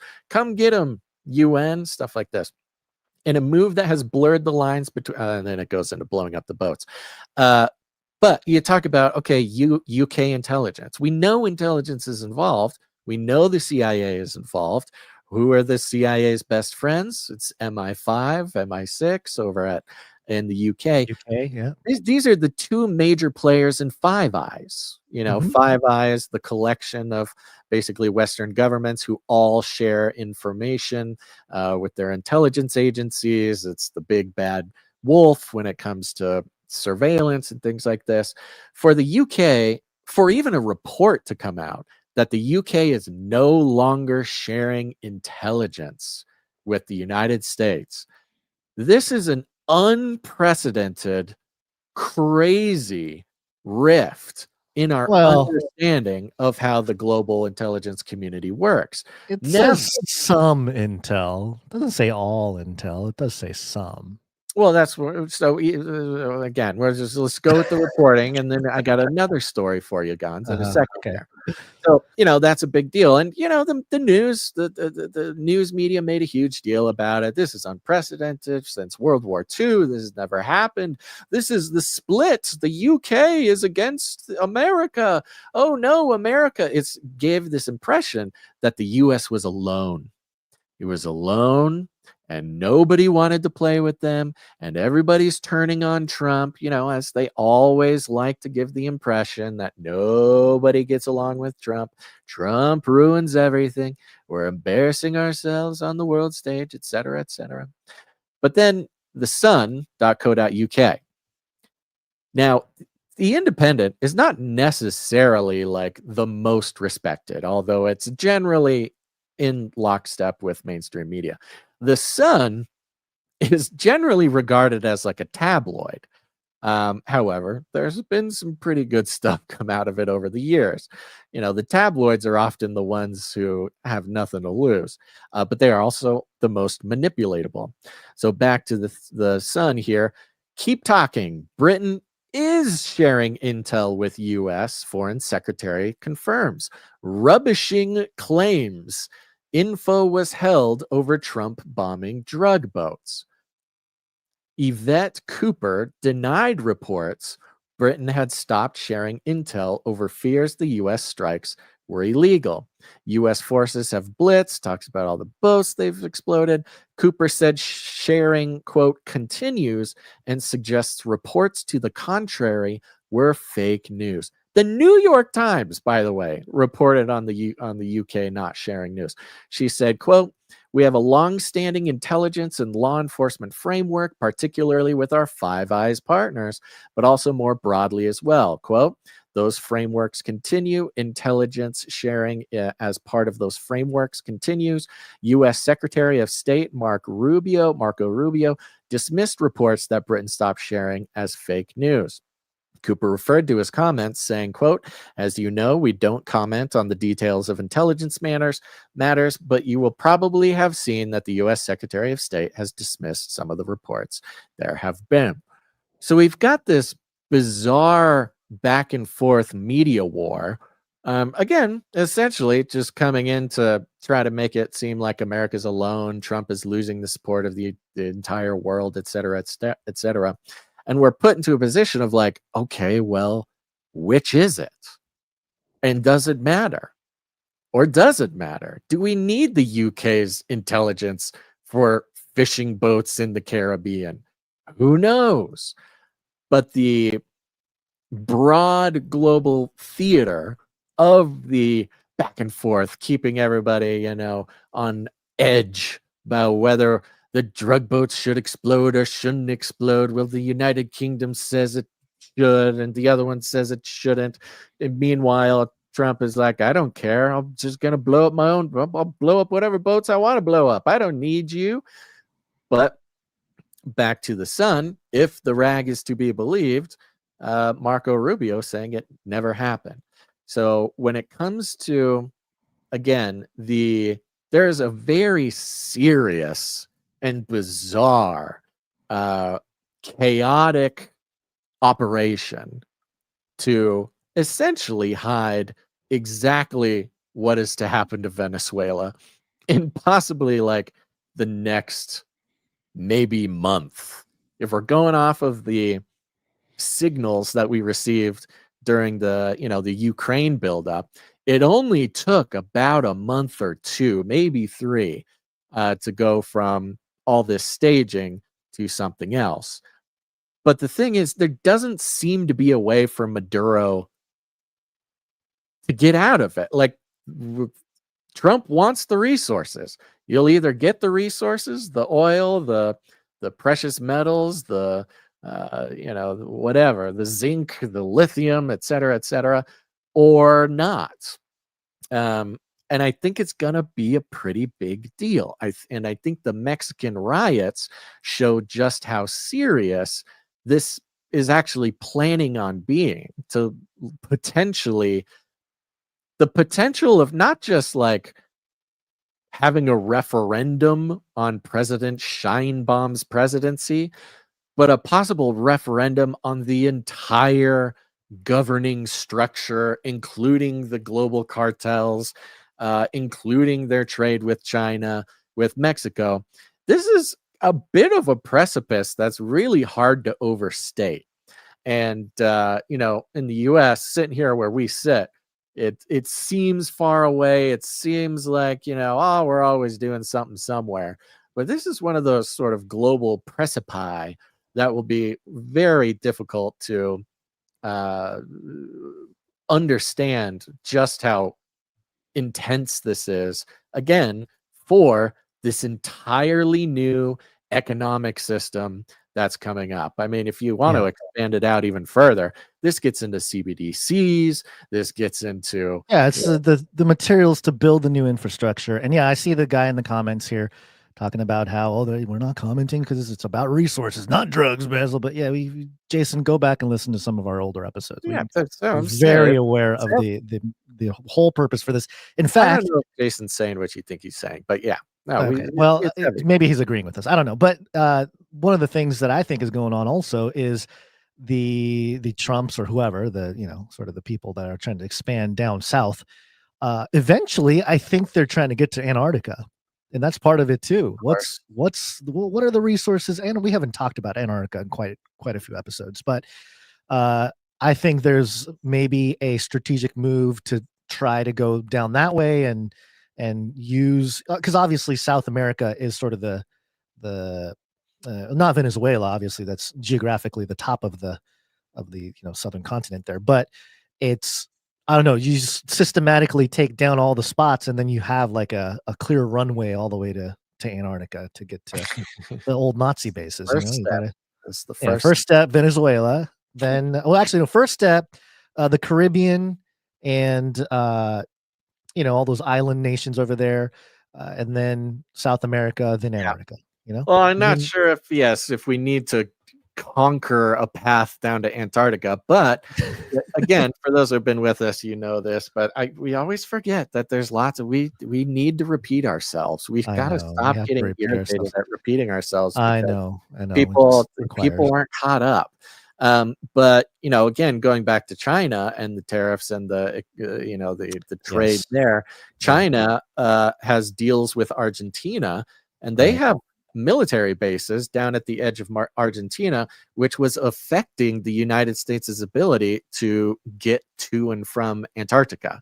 So Antarctica is a huge part of it, and it's all wrapped up in the Chinese military bases, which is all wrapped up in the drugs. They're just science experiments, Basil. There's no military or some kind of other agenda. It's just science. They're just doing experiments. I think they were pretty explicitly military bases, actually. I know. They weren't even like trying to hide it. I know the Chinese were not, but everybody else does. The U.S. tries to hide it. It's like, we're just going down there for a science experiment, and meanwhile, they're putting together all the necessary means to beat China in the AI race for resources. I wonder if there's an update, because they were one of our last Antarctica updates was the was the rewriting, the renegotiations of the Antarctic Treaty. That was they're trying to include that some military testing could go on down there, if not military. Did you even if you're going to do military testing for science, you need a military presence. Well, they're not going to say it's for military. That's the whole trick, is to not call it military. That's what I'm saying. I think the new treaty was actually in there saying that they could do military tests. Like they were adding the military language to the treaty. Right. Sorry about that. I was trying to put this article in here because this was published on Fox. China moves, this was November 12th, so just a few days ago. China moves into Venezuela as Maduro regime gets Beijing lifeline amid U.S. tensions. And so, I mean, I think there's a thing there. There's $60 billion of loans to Venezuela from China. So I think there's a lot more going on here with the resource. Of course, for sure. China loves South America. Yeah. So, okay. So yeah, keep an eye out.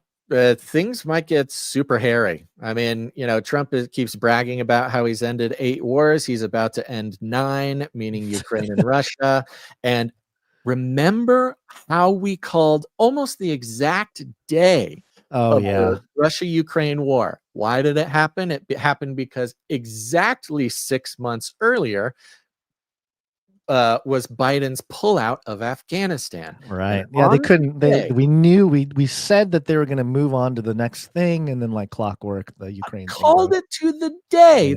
Day Russia moved. The day Biden pulled out of Afghanistan, we said 6 months. We will have a new war in 6 months. And 2 days, I think we were 2 days late, but almost exactly 6 months later was when the Russia-Ukraine war ended. So when Trump does find a way to end, even if it's not like official, I don't know. I mean, it's kind of, here's the thing with Russia and Ukraine right now, we're moving into wintertime. They don't fight in the winter. They have like a season where they fight this war. War season. Yeah, we've seen it now for 3 years. They don't really do a lot of fighting in the winter. So if nothing else, we're going to have this like 4-month pause on the war in Russia and Ukraine. Pump the markets. Let's go. We need the golden age that was promised.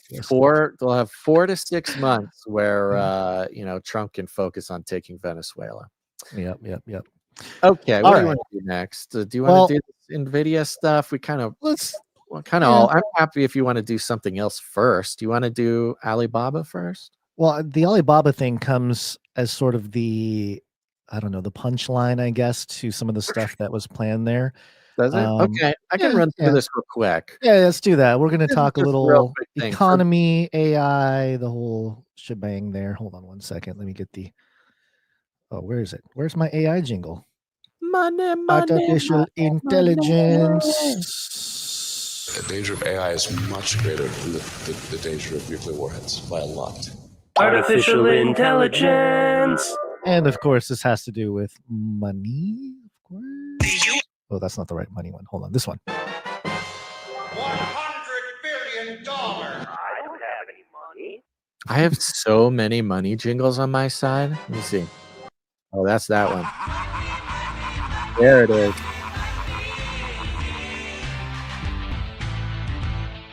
Woo! Oh gosh, it's on loop. It's looping. It's on loop. The tables of the money changers and scattered their coins. Yep. That's a good one. All right. I'm going to start with this. We're going to start building it up. Very interesting. Just quick little note here coming from Market Watch. Peter Thiel, you know him.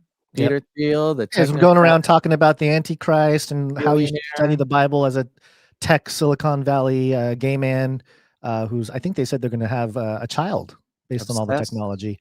Obsessed with the Antichrist. He wants to prevent the Antichrist and prevent Armageddon. He's trying to find the narrow path. This is according to Peter. He thinks we can stop the Antichrist and stop the apocalypse if we make our technology good enough to stop the Antichrist technology. Right. Peter Thiel follows SoftBank in quitting NVIDIA positions as talk of AI bubble intensifies. So we haven't talked a whole lot about the AI bubble. Long story short, lots of very smart people are looking at all the investment in AI. These AI companies, they don't actually make any money. All of their money is investment and making money on the investment. There was some calculation. I'm not going to try to remember exactly what the calculation was, but you look at the GDP of the United States, basically all of the GDP that is over baseline, like every time Trump says the economy is great, the stock market's booming, the only stocks that are booming, the only percentage of the GDP of the country that is above even average is investing in AI companies, is money given by investors to ChatGPT. It's almost at $1 trillion now. It's something like 800 billion. But so, this is a very precarious situation when any and all economic, benefits or economic goodness that we can even claim is all investment in AI, which has a lot of people thinking, oh, there's going to be a nice little, .com bubble, 2008 mortgage bubble, which is why you have article after article after article trying to convince you that it's not, and it's going to be fine. But Peter Thiel, you can be in a bubble, and the bubble may not pop. Right? There's always a bubble. There's always speculation. That's part of markets, right? Is to optimistic, speculate. very, very optimistic. So, well, yeah. A week after Japan's richest man disclosed that his firm fully divested from his $5.8 billion stake in NVIDIA, one of America's richest, Peter Thiel, has said he's done the same. Given his status as one of the most influential tech investors, the announcement has done little to dispel notions that artificial intelligence stocks are in a bubble or have peaked. And why is NVIDIA important? For those who maybe have not heard us talk about it before, NVIDIA was a pretty basic, boring company that except for their logo, which was an eye with a spiral in it. Other than that, no one they really talked basically about it too much. made chips for gaming computers. They made chips. What really sent NVIDIA off the deep end to real success was Bitcoin mining. They make the best chips to mine cryptocurrency. So before that, they kind of just made chips and they were doing okay. They're a successful company. Bitcoin, crypto mining came around, boom, they blew up. And then AI came around, and the very crafty Silicon Valley folks realized that the best chips for AI were these cryptocurrency chips. And now NVIDIA moved into AI chips. So every single AI company, from the big ones to the little ones, use NVIDIA. So you talk about the AI future, even the AI present. Without NVIDIA, nothing. So NVIDIA is the number one indicator for how AI is doing and where AI will go. So Japan's richest man selling all of his NVIDIA stake, it's a little bit of a wobble. But given his status as one of the most influential tech investors, talking about Peter Thiel, the announcement has done little to dispel notions that artificial intelligence stocks are in a bubble or have peaked. In its 13F filing for the quarter ending September 30th, that's third quarter, Theil's hedge fund, Theil Macro LLC, revealed it had sold all 537,742 shares it held in NVIDIA. This position represented about 40% of the fund's total equity holdings. I mean, that's some real confidence. If 40% of your entire hedge fund is in one company, that's pretty serious. And then selling every last share of it is also very serious, which now stands at 74 million, down from the 212 million at the end of June. At the same time, Theil Macro disclosed it had also sold around a quarter of its holding in Tesla, although Elon Musk's company is now the portfolio's largest position at 39%. The strategic sales from Masayoshi-san led SoftBank and Theil. So you've got Masayoshi-san is the richest Japanese guy, SoftBank and Theil, as well as the news that famed short seller Michael Burry had made a bearish bet against NVIDIA. So we'll get there in a second. So we woke up today from the reporting, that not only the Japanese guy, but then SoftBank. What is SoftBank? It's like the largest tech. Are they just bank? Are they just a SoftBank? Yeah. Yeah, Are they I like? think it is just a bank, but yeah, I think they it's a might have bank, some but tech they're like stuff. the Silicon Valley bank, basically. Oh, And yeah, sure. Peter Thiel, most important Thiel man. So these three extremely important people, not just selling NVIDIA, but selling all of it. It was freaking people out.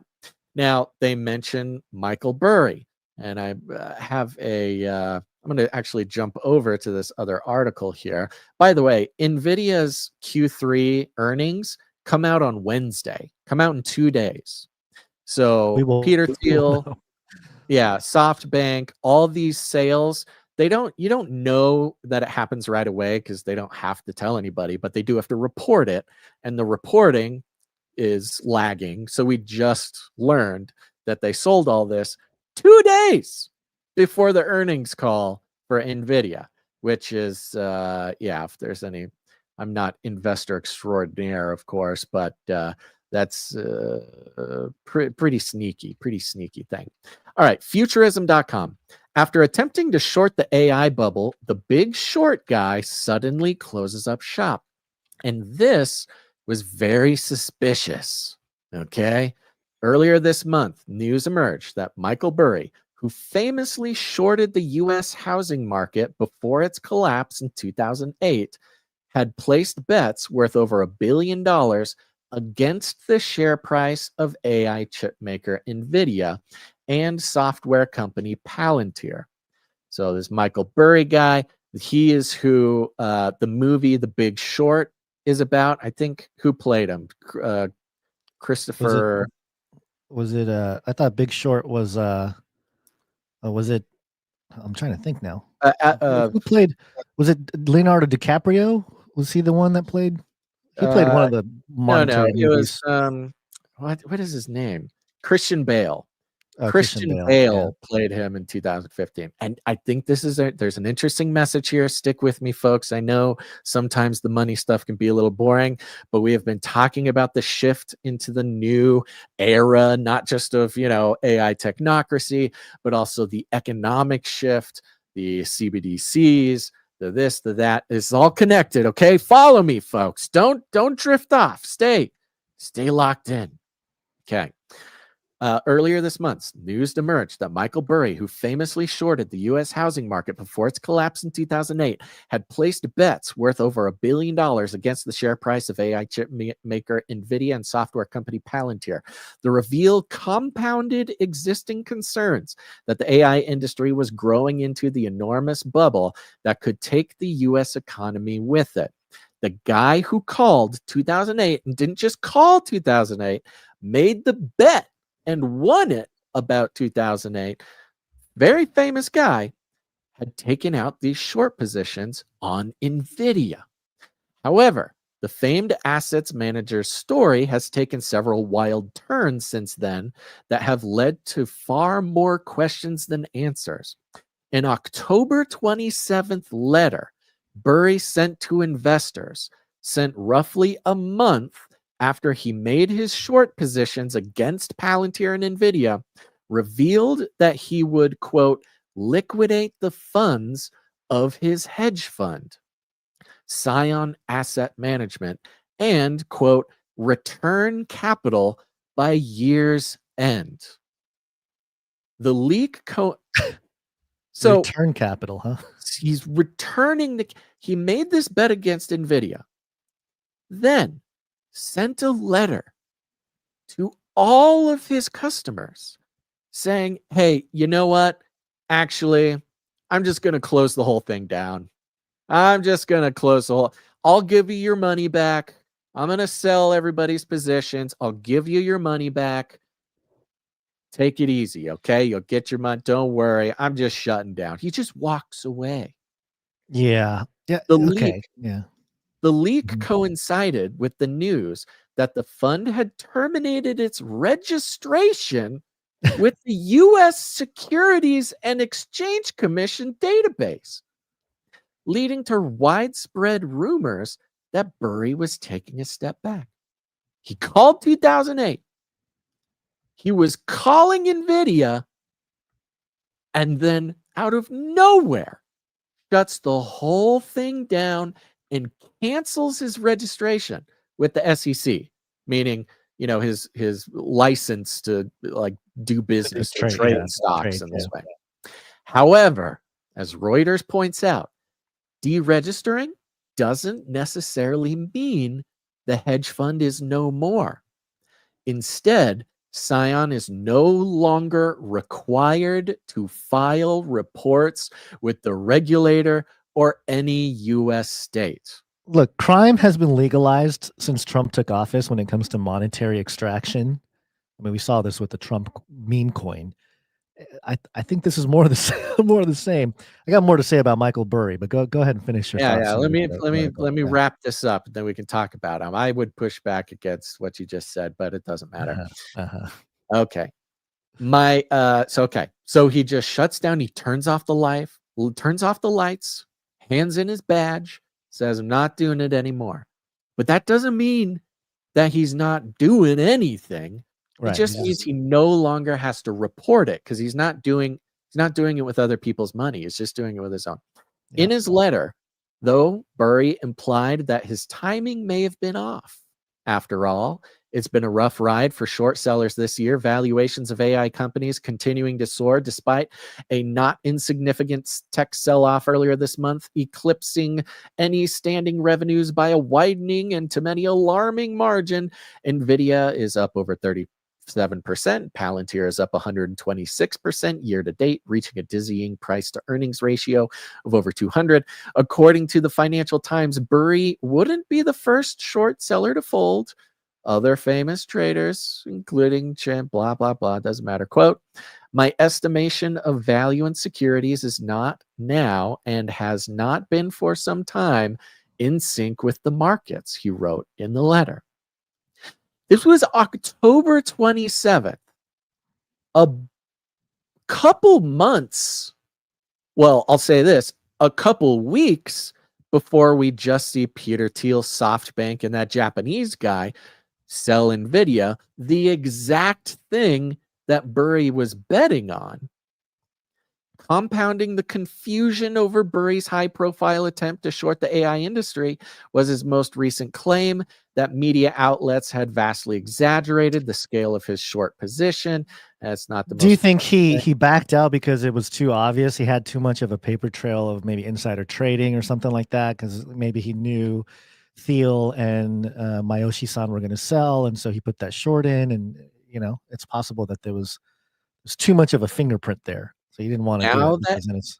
Now that his hedge fund has been liquidated, plenty of questions remain about Burry's current position. In a cryptic announcement, Burry wrote in his tweet that he would be, quote, "on to much better things November 25th, without elaborating.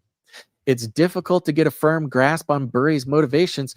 Was he looking to get out, admitting that he would simply take too long for the AI bubble to pop? Making it a financially unsavvy move, as some have suggested on social media?"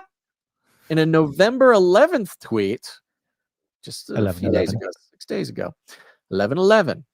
On 11/11, he posted a picture of actor Christian Bale, who played him in the 2015 movie, The Big Short, about his exploit of the 2008 financial crisis, writing in the caption, "Me then, me now." It worked out, he said. It will work out. Is this some manifestation language? What is going on here?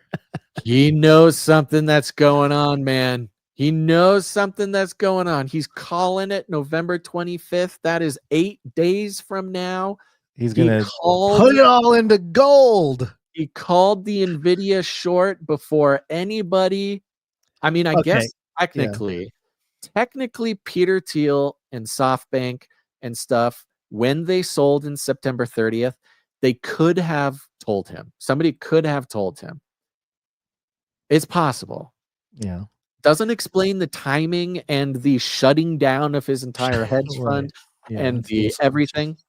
Just two more things here. Could Barry look to continue his quest to short the AI bubble on his own terms, allowing him to invest privately and forego the need to register with federal regulators? Quote, don't count him out. Just expect him to operate off the grid for a while. Early in management, Bruno Schneller told CNBC, quote, he may simply pivot to a family office setup and run his own capital. Blah, blah. See? That's what the Trump family is doing too. So, okay.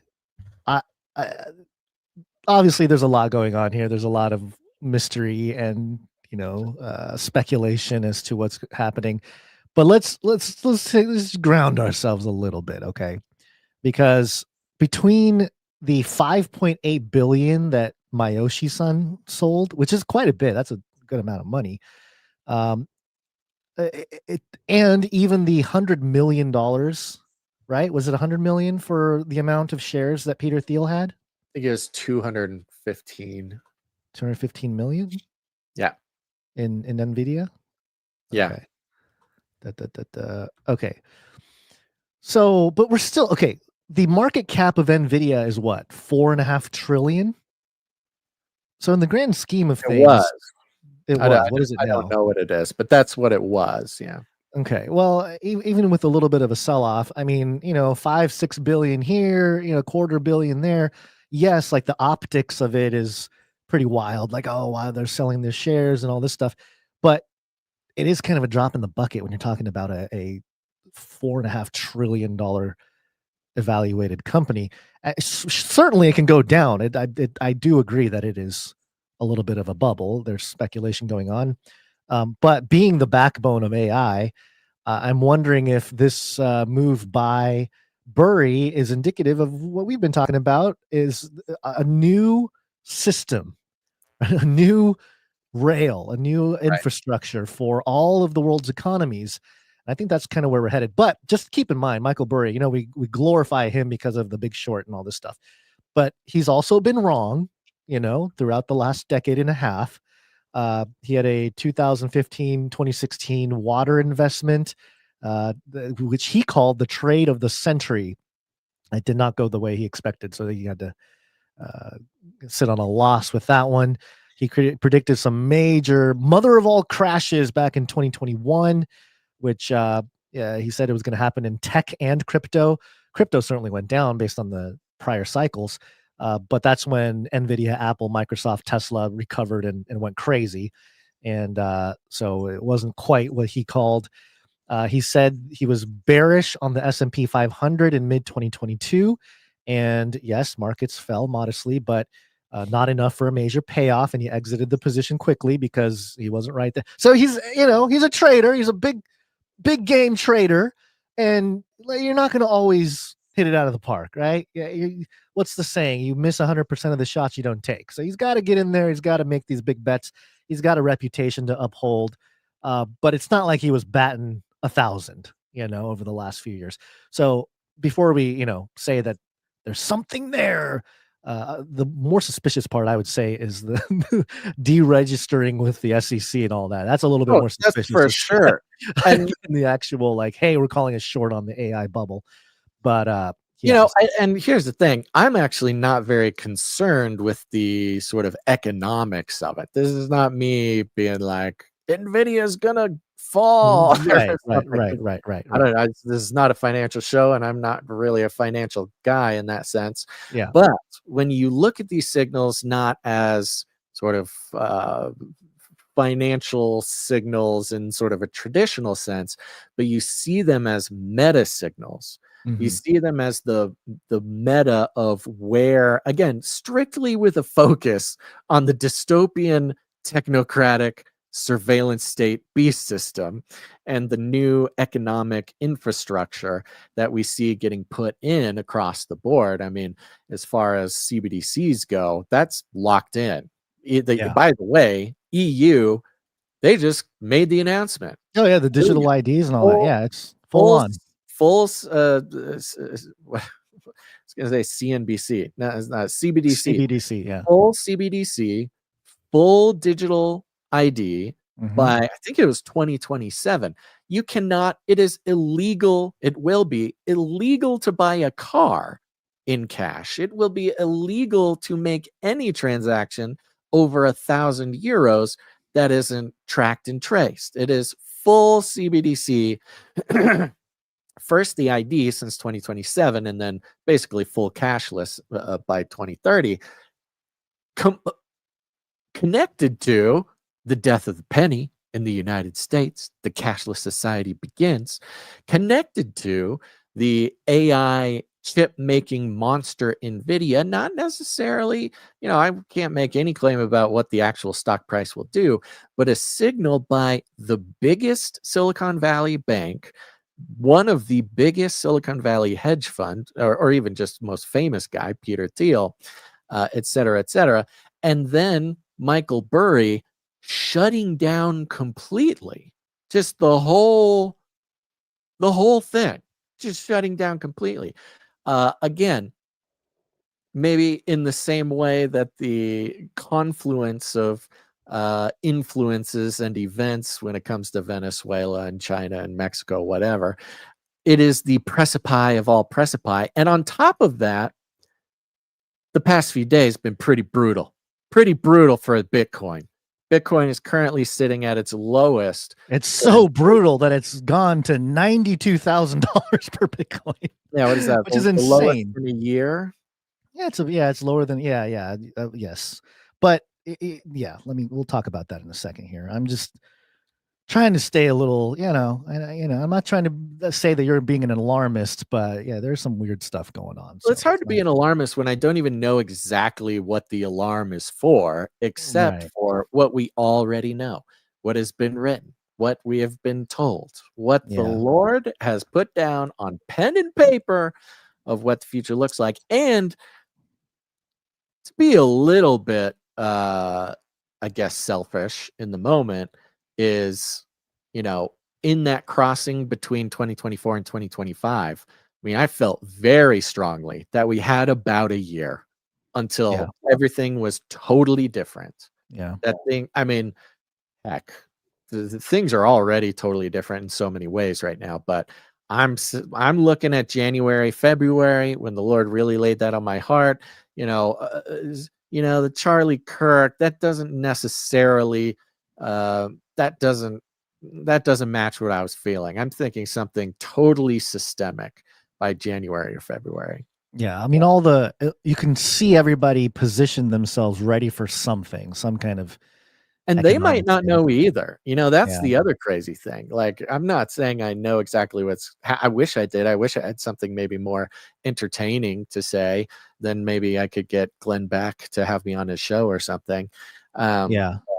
But what we do here, we're just trying to stay focused on Jesus. What are you going to do? Well, there's somebody else that's focused on Jesus, Basil. That is the man with the world's highest IQ, Young Hoon Kim, IQ of 276. He published this a couple days ago. As world's highest IQ record holder, I expect Bitcoin is going to 220,000 in the next 45 days. Hey, listen to this. I will use 100% of my Bitcoin profits to build churches for Jesus Christ in every nation. Then he quotes Luke 1:37, with God, nothing shall be impossible. You want to hear? He's got a 25-second clip here. Here he is. As world's highest record holder, I expect Bitcoin is going to $220,000 in the next 45 days. I will use 100% of my Bitcoin profit to build churches for Jesus Christ in every nations. Which, by the way, you know, Yeah. yeah. Well, what's interesting is that before the end, it says that the gospel will reach every nation, and then the end will come. Right. So he's kind of, Yeah. interestingly enough, he's sort of pushing along that prophecy. Two But yeah, options. Two yes. options. Mhm. Again, talk about SoftBank. Talk about Yeah. Peter Thiel. Big guys. Uh-huh. Just Yep, taking yep, it as yep. a signal. Okay. Just out of curiosity. Mhm. Similar to what did I compare? Oh, similar to, you know, what kind of information could that Mexican senator have that makes her feel that she's not going to get murdered Right. for saying what she's saying? Mhm. What kind of information would Peter Thiel or SoftBank have to give them the confidence to get out of NVIDIA 100%? I see two Yeah. options. Mhm. One option, they think NVIDIA is going to bottom out, that they're going to lose all Mhm. their money or whatever, right? Right. NVIDIA down.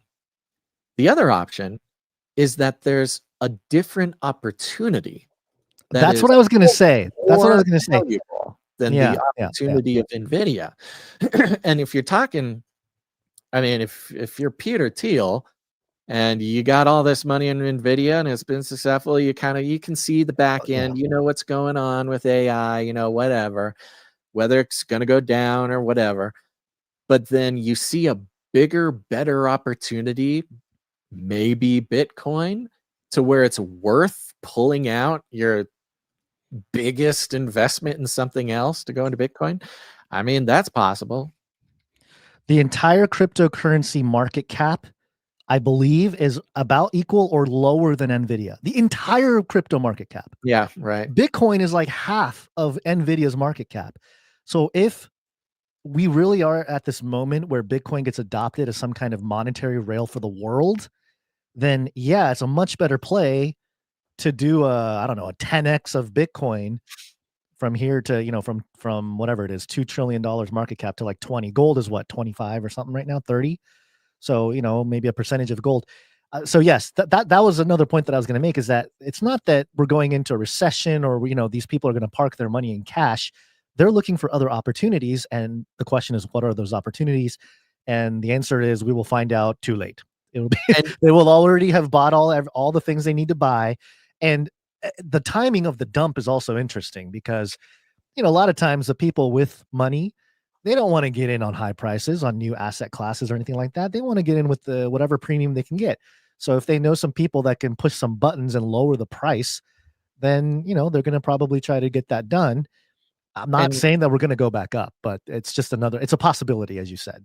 And to be clear, my very practical friend Gons, Uh-huh. to be clear, I am not so singularly focused on this series of events because for like financial reasons. Like like the price of Bitcoin is not necessarily my worry.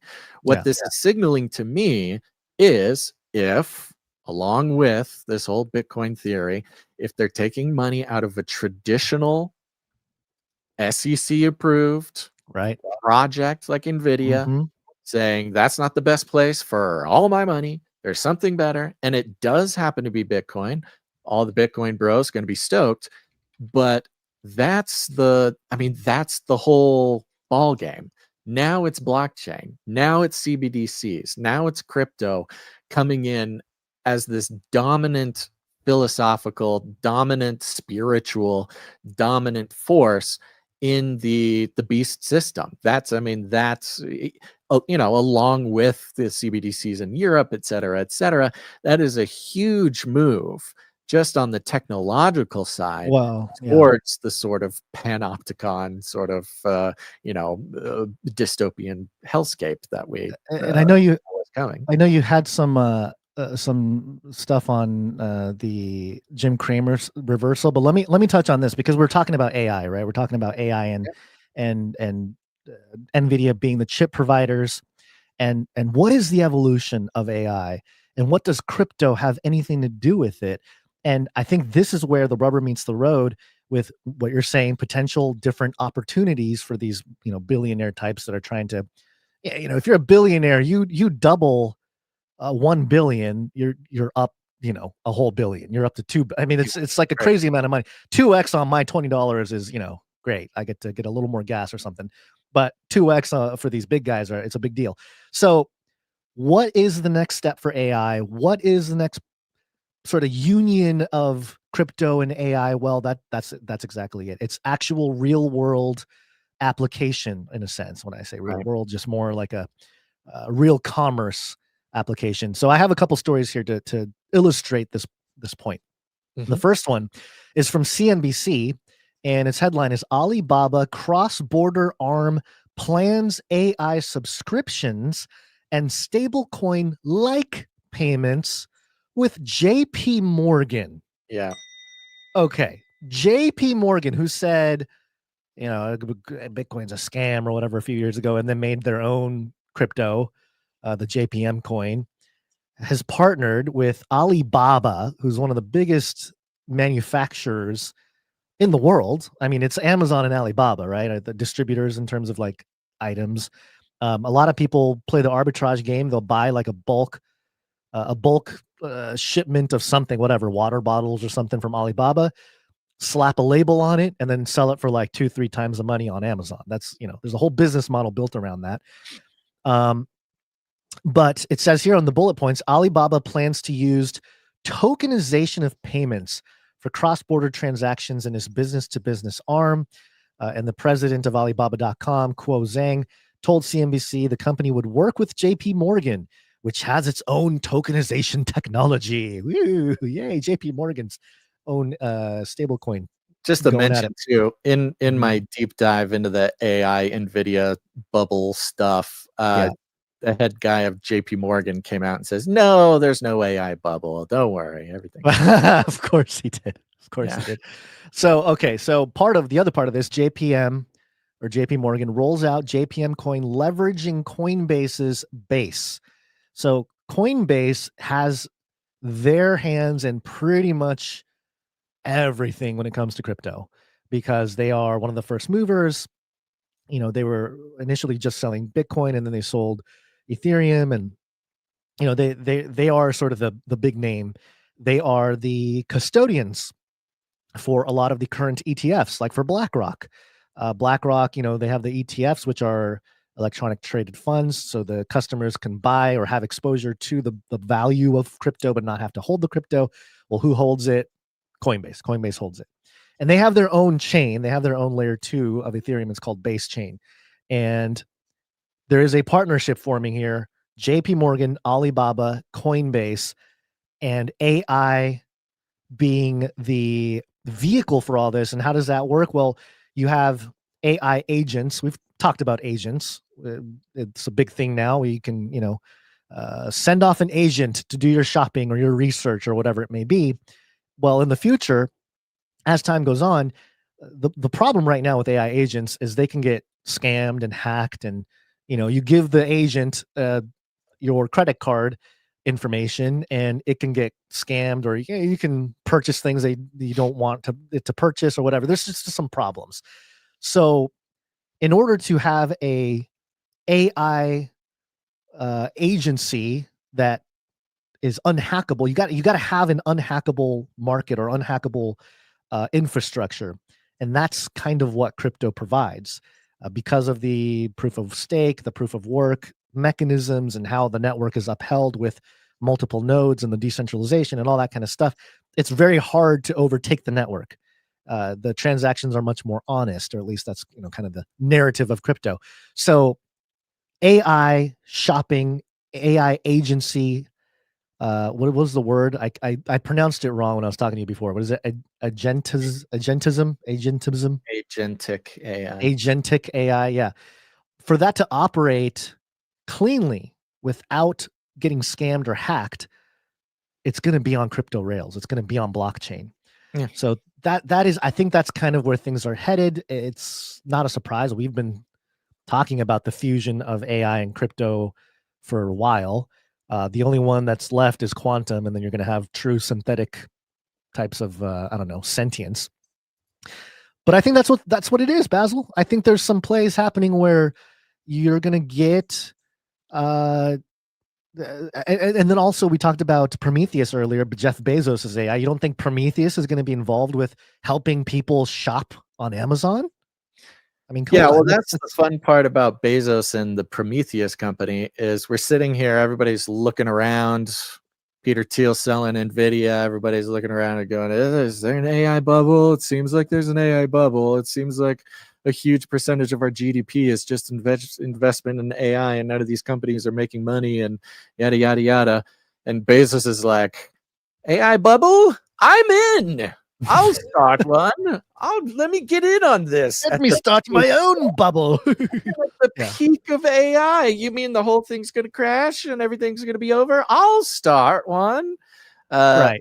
But I think what you're saying is the difference there, because Bezos doesn't need to monetize AI necessarily. He's already monetized, through Alibaba, Amazon. That is the world's monetization. There's nothing more monetized than Jeff Bezos. Right.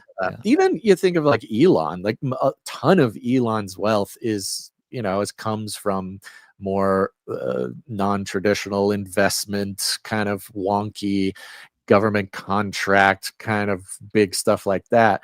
Whereas Bezos is like, yeah, I'm a billionaire because I sell trinkets on the internet to every single person 1,000 times a day. And it would be if AI is going to make any money in any fashion, it's connecting it to a current working economic model like Amazon. And I think I think there's probably going to be a washout of the speculation side of AI, because look, it's the same thing with any trend. We can pop out and say, "Oh, we're starting an AI company," and raise a few million and whatever, but we won't actually have a product. We won't actually have any customers. And I think those are the kinds of companies that might get wiped out with some kind of deflation of an AI bubble. And that's true with every industry, anything that happens that is new. There's over exuberance. That's how the bubble forms, right? And then things come back to reality a little bit. NVIDIA obviously is the target because they're the biggest ones. They're the real infrastructure, the hardware to make it all happen. So I don't really see them necessarily crashing, especially if it means that's going to provide a leg up on places like China in the whole AI infrastructure race. So it might be just kind of a red herring or a misdirection type of thing. It might go down a little bit, obviously, but that's sort of the price action side of things. But when you think about AI and profit and all this stuff, a lot of it, because it's subsidized, right? They're borrowing from the future, and it has to produce actual infrastructure. This is why I think the resource war and Trump trying to position to get into Venezuela and doing all this kind of stuff, it has to do with the materials necessary for that infrastructure. Because and if Trump fails in getting those resources either directly or if it's too expensive or they don't have the right kind of deals with these other nations to have that import, then yes, the AI bubble can pop, because all the stuff that you need to build it, you're not going to have, and the cost will go up for all that, and everything will go out of balance. But if you're able to create the data centers and the GPUs and all the infrastructure, then you can kind of keep kicking the can down the road, which is kind of what they've done with the housing market too. I read an analysis from somebody in tech, and they were advocating for a pop of the AI bubble. They almost want it, right? So the real stuff can. Yeah, because you shake out all the fakes, all the right ideas that aren't going to work, all the imaginary stuff, and again, just to bring it to a practical level for us here, a lot of what we think about AI will never happen. I mean, it's tough because we know what's going to happen. We know how the book ends. We know what's what. Right. But so much of what AI means in our lives via propaganda, via the media, via even alt media, even, stuff like big that. Time alt media. Yeah. A ton of it is based on this frenetic, vibrating mythology of AI, and what a popping AI bubble does will dispel. We'll no longer be living in the mythology of AI. Only the things that are important will survive. Right. So hopefully we lose a lot of the, I don't know, junky AI art things. Yeah, well, that's what's the question, because AI is sort of, you think about within the West, you have Grok, you have ChatGPT, you got Google's Gemini. There's only a few that are really competing, and everybody else is kind of taking what they've built and kind of creating side apps or whatever it is. So it's already kind of a monopoly. It's a controlled capitalism, a crony capitalism. Hey, what do you think? What I couldn't have expected that. So okay, all that being said, again, I don't know if you want to necessarily go through. No, the I'm gonna skip that stuff. Jim Cramer. Okay, yeah. There's not much of a thing. Speaking of bubbles and looking to the future, guys, the financial future of what really matters. Yes, I know. We got some data. Some data came rolling in, guns. And as we've always known, podcasting, that's where the real money is at, baby.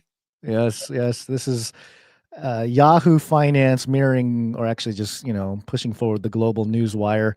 It's actually, there's a little label up here that says, this is a paid press release. Yay. So somebody paid money to push this narrative out into, actually, I know who did it. It's Mordor Intelligence. Yeah. Mordor has spoken. Podcasting market worth $114 billion by 2030 as connected TV, voice assistants, and regional audience growth gain momentum, reports Mordor Intelligence. For a paid thing, their logo is, they couldn't get like a more impressive logo or like a little thumbnail. I don't know. It's all grainy and keep going. I got some great stuff to show you on Mordor Intelligence. Tell us what they say first. According to Mordor Intelligence's latest report, the global podcasting market is set to explosive growth, rising from 31.49 billion in 2025. It's at 31.5 billion right now. Makes me sad, Basil. Makes me makes me sad that we have it's mostly Fed money, is what it is. We have like photonic crumbs. Like we don't even have a crumb. We have like photons of crumbs of the 31.5 billion. It's like every industry, it's really propped up by government spending. I know. The Fed capture of podcasting is the government spending. We predicted this too. We predicted that is holding it aloft. Yeah. So all right. So 31.5 billion in 2025 to 114.5 billion by 2030, at a CAGR of 29.45%. This surge is being powered by the rapid expansion of video podcasts on connected TV platforms, the growing use of voice assistants among younger listeners, and strong regional momentum as new markets embrace digital audio. Regional momentum. Together, these trends are accelerating podcast adoption worldwide and solidifying the medium as a mainstream channel for entertainment, learning, and brand engagement. And there's more here. It talks about smart speakers.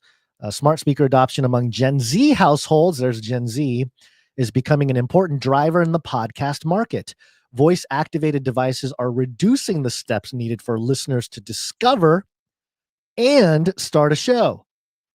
Okay. Not just listen, but start your own show. Making podcasts start your own show on a voice-activated device, like an Alexa. Like, Alexa, oh gosh, I want to start a podcast. Okay, go ahead. Here's speak, and I will publish this podcast for you. Right? How would Alexa? That might make our jobs easier. We're doing way too much. If we, we are. We're some ancients over here trying to edit manually and stuff. With producers increasingly optimizing content for smart speaker playback, these devices are becoming a meaningful part of how younger audiences engage with podcasts. And then it says your major podcast platforms now automatically format episodes into 16.9 video, making it easier for creators to distribute the content on connected TV apps. Advertisers are taking advantage of the shift, placing mid-roll ads that benefit from higher video CPMs while still retaining the style of host-read messaging. Studios. The whole thing is bunk. This It's- whole thing yeah, is I bunk. know, This I whole know. thing is trash. It's It is just complete trash. Studios that invest in multi-camera production workflows are reporting stronger sponsorship performance. That's all we need, Basil. We just need more cameras, and maybe we get more producers. More That's- cameras and more sponsorship.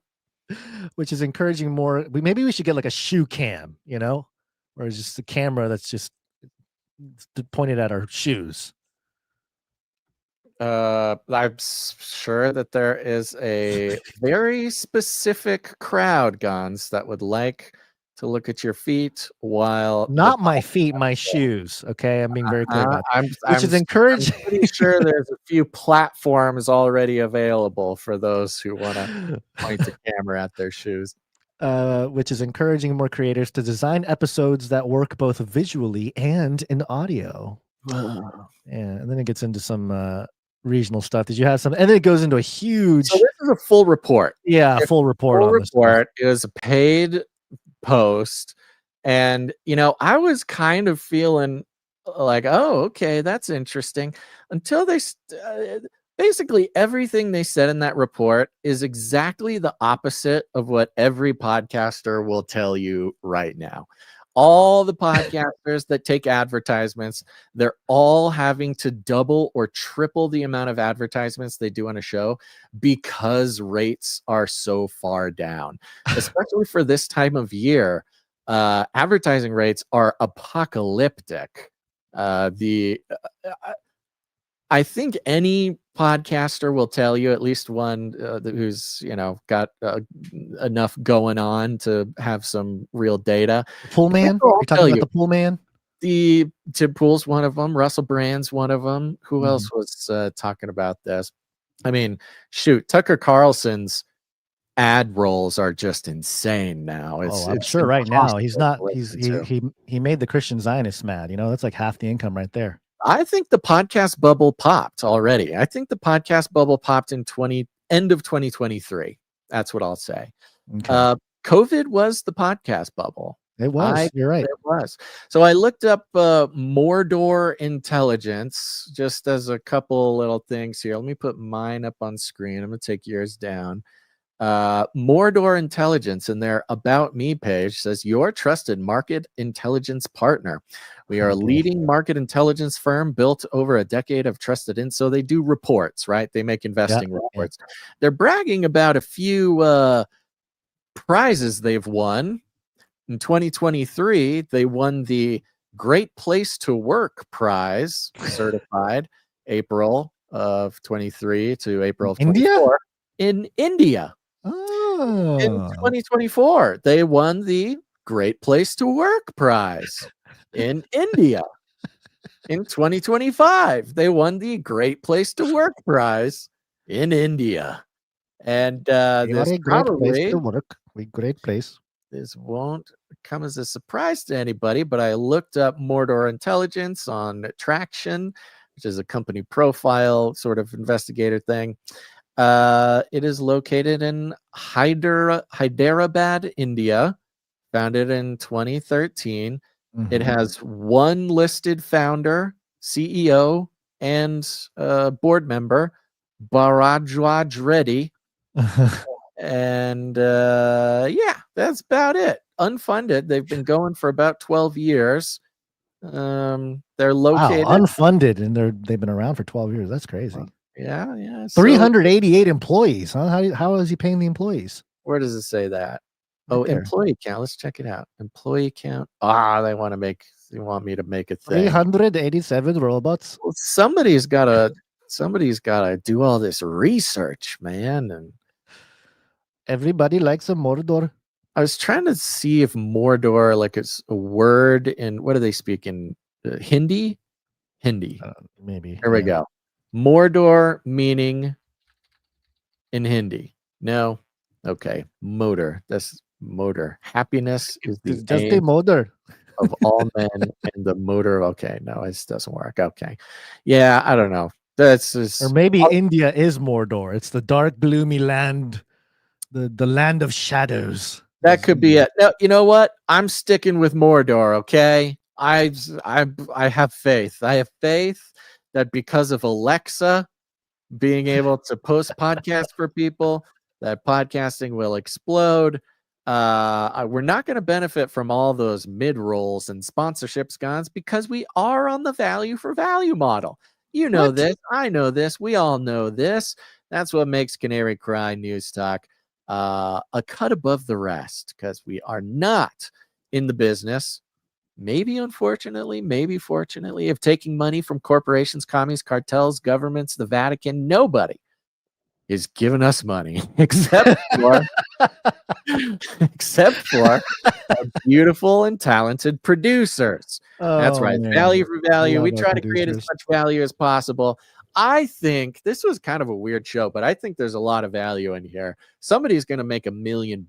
I know somebody. Yeah, I mean, can you imagine if we invested, like 1% of the producerships coming in 2016 into Miso Robotics and the flippy arms? I mean, we would have been retired by now. Sure. Miso is still taking investment. They still send me I know, texts. they still. Guys, Was it round F or something? I need to see some results, guys. I am Flippy's biggest fan, and I need to see some results. Okay, you've been taking investment for 6 years now. We're on the value for value model. It's very simple. The show won't exist if it will not exist if not for the participation of you, dear listener, in the cycle of value. Meaning, we try to create as much value as we can.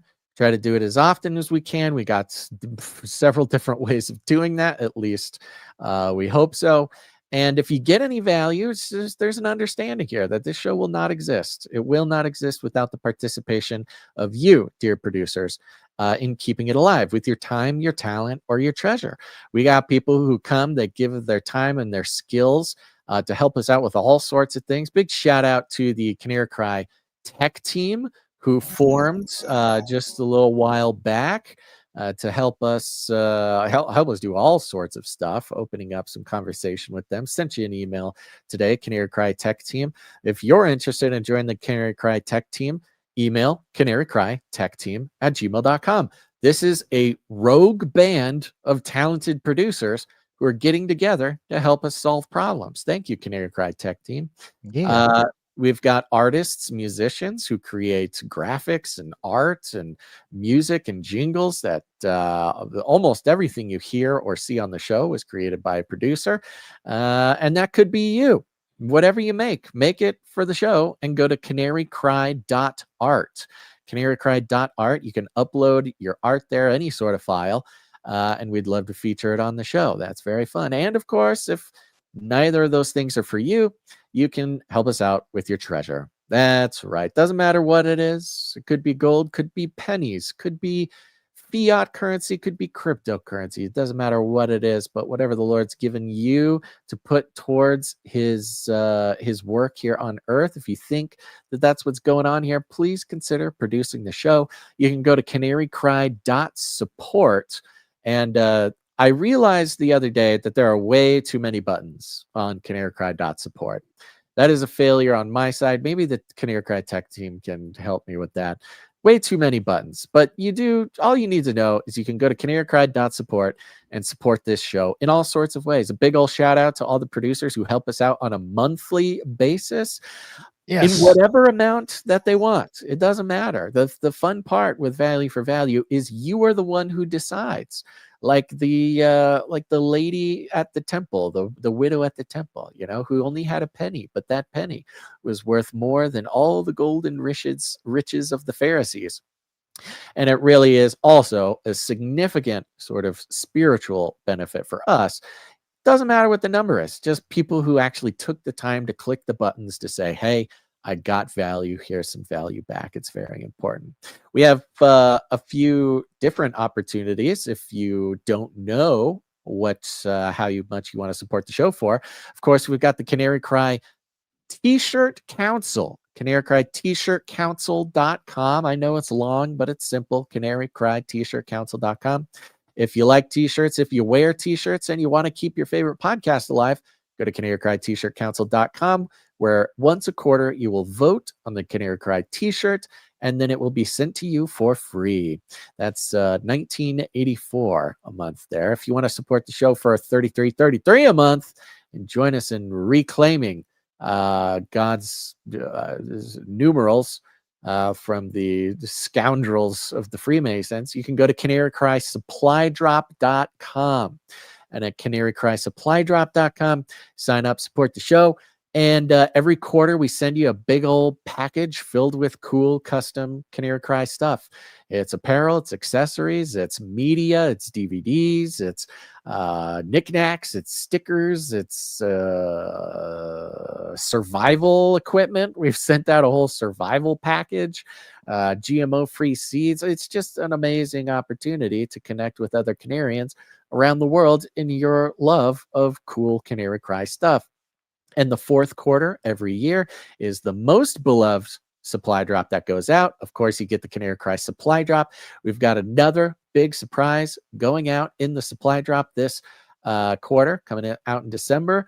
And you will hear about that when you listen to the interview we're about to drop today. And you're going to love it. So go to canarycrysupplydrop.com and sign up there. I want to go ahead and give a big old shout out to a couple of people who did sign up for the supply drop. Let's give a big old thank you to producers Heather M. Thank you, Heather M. And Heather M, thank you. And Christy S. Christy S came in and signed up. Christy S, thank you. Yeah.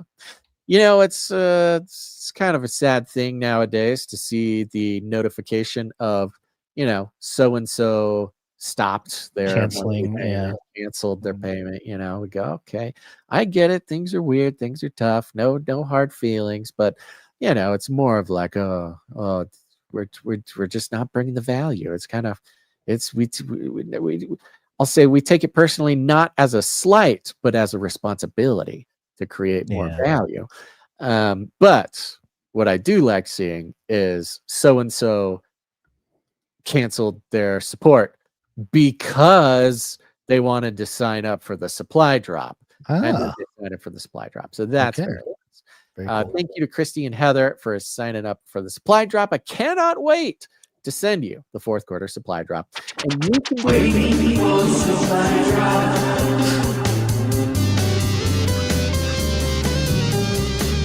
Sorry, I thought you were going to stop talking for a second. Folks, you can go until November 30th. Midnight on November 30th is the deadline. It is not too late. Go to canarycrysupplydrop.com. Do it before the end of the month. Just do it now. You're just going to want to do it now because you're going to forget. It's going to be sad. And then you're going to email me and be so sad that you didn't get the calendar. So go ahead. Just go sign up now. We have some executive producers who came in to support the show. Our executive producers are those who come in for $100 or more for any individual episode. We appreciate and love them. And of course, we've got Sir Alex Protocol V2 Baroner the Breen Protocol who came in. Thank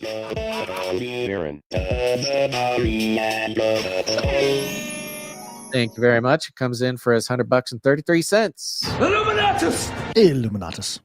And he's on a 439 episode streak and a 93 episode executive producer streak. Very impressive. Impressive. And we also had executive producer Sir Jamie, not the Lannister, come in for Thank you, Sir Jamie. Thank you very much. Yeah. Okay, we got a couple of other people who came in. Of course, big news, Cage Rattler Coffee. Thank you for the support of the show. And if you missed it at the top, Cage Rattler Coffee now has a monthly subscription for the coffee club. So go to cagerattlercoffee.com, get on in there, get your Canary Cry coffee, support Canary Cry families, and of course, your favorite podcast. Yes, sir. And actually, Rod from Millennial Mustard Seeds signed up to support the show. Thanks, Rod. Thank you very much, Rod. And thanks to everybody who listened to and appreciated the Canary Cry Clubhouse that was live on Thursday, but then was on the podcast version there last week. It was wonderful. Had Rod, my buddy Rod from Millennial Mustard Seed, longtime Canarian, and you know, we made a pitch over there. I don't know if I'm going to advertise it here, but we made a pitch over on Canary Cry Clubhouse. I know not everybody listens to every Canary Cry Clubhouse, but you might want to think about it, because we made a pitch over there that might change some lives. And I think we're pretty close to the amount of people who expressed interest to do that. I'm going to think a little bit more if I'm going to extend that to this show. But if you want to know what it is, if you've been feeling a pull, if you've been feeling a responsibility, if you've been feeling a calling to a certain thing in your life, and you just don't know how to do it or even what it is, go listen to last Canary Cry Clubhouse. You'll hear about it. And if that's something you want, you'll want to get in on it soon, because myself, Rod, perhaps Gons, if he wants to do so, we're making some very serious availability to some people who are in that group of people. I'm not going to say too much more. Go listen to Canary Cry Clubhouse. You'll know what it is. You'll get back to me. Okay. Sir Spears Desert came in and supported on Canary Cry Clubhouse on Thursday. Thank you, Sir Spears. Sir Spears Desert. Good to see you. Yep, and that's it. That's the conclusion of our producers for today. Thank you very much to everybody who supported the show. Financially means a lot. Mm-hmm. It is late. We've done it. We've done a whole thing. We are going to go here in a moment. I do want to one more time pitch the Canary Cry text message alert system. Go check it out. Text the word Canary to 877-740-3226. And we'll send you a text. I personally will send you a text before every show, just so you know we're going live, so you don't have to wait for a notification from YouTube or Rumble that never comes. But the fun part is you can text us back at that number, and I do read them. I do appreciate them. Sometimes I read some on the show, and there was a couple solid. Oh, we're gonna want to play that speak pipe, Gons. We got to do that. We can't miss out on that again. Okay. 580 texted and says, "How do we buy merch?"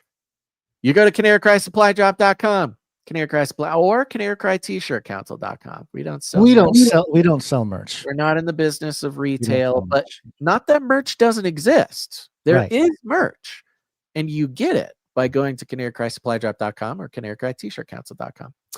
214 says, "Wow, I just got Instagram notification you went live." That might be the first time that's happened. Yes, we have now.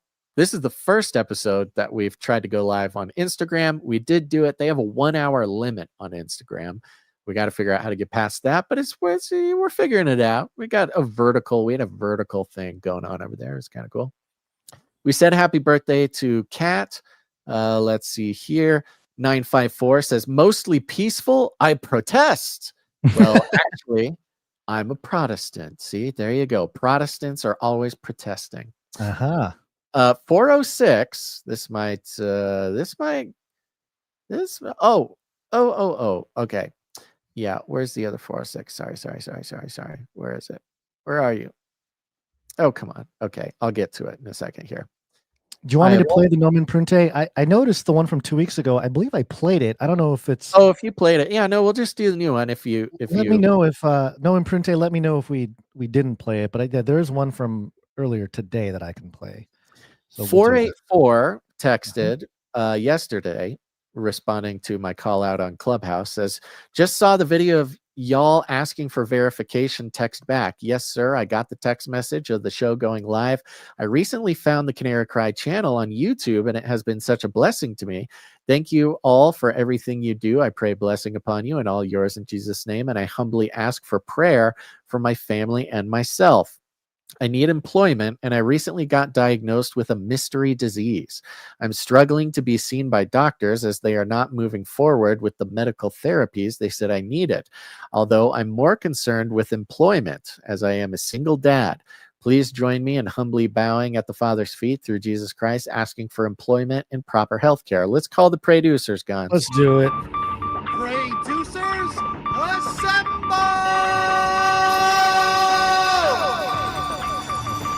That's another thing to remember, folks. You can support the show spiritually by spiritually producing the show. Join the producers. It's anybody with ears and a mouth who can cry out to God for the various prayer requests that comes in. Pray for the show, pray for Gonz and I, and pray for the producers. We're praying for 484, who needs employment, single dad looking for employment, has a mystery disease, having trouble with the healthcare system. But, you know, it's such a dad thing here. He says he's more concerned with the employment than he is with the mystery disease. So, but we serve an amazing God who can do all of the things that need to be done. And so producers around the world, let's pray for 484, both for employment and, you know, I'll just say miraculous healing from a mystery disease. It's a mystery. Let's just get it out of there. We don't need it. We don't even need to pay any more attention to it. And however the Lord wants to deal with that in your life, we pray healing, of course, but also strength and, in this case, prosperity for your family. Because goodness gracious, you're doing the Lord's work there, 484. Yep, absolutely. I appreciate you asking us to pray for you. I mean, that's, you know, it is something that we do here that I think, I don't know, it's not overlooked or undervalued or something, but, you know, it's good to know that people are praying for others here. I mean, that's part of being in a community here. So very important. Very important. 540 said, "Hey, Basil, I enjoyed the podcast yesterday with Rod from MMS. I listened to his podcast also. I tried your recommendation to listen to Natural Liberty podcast.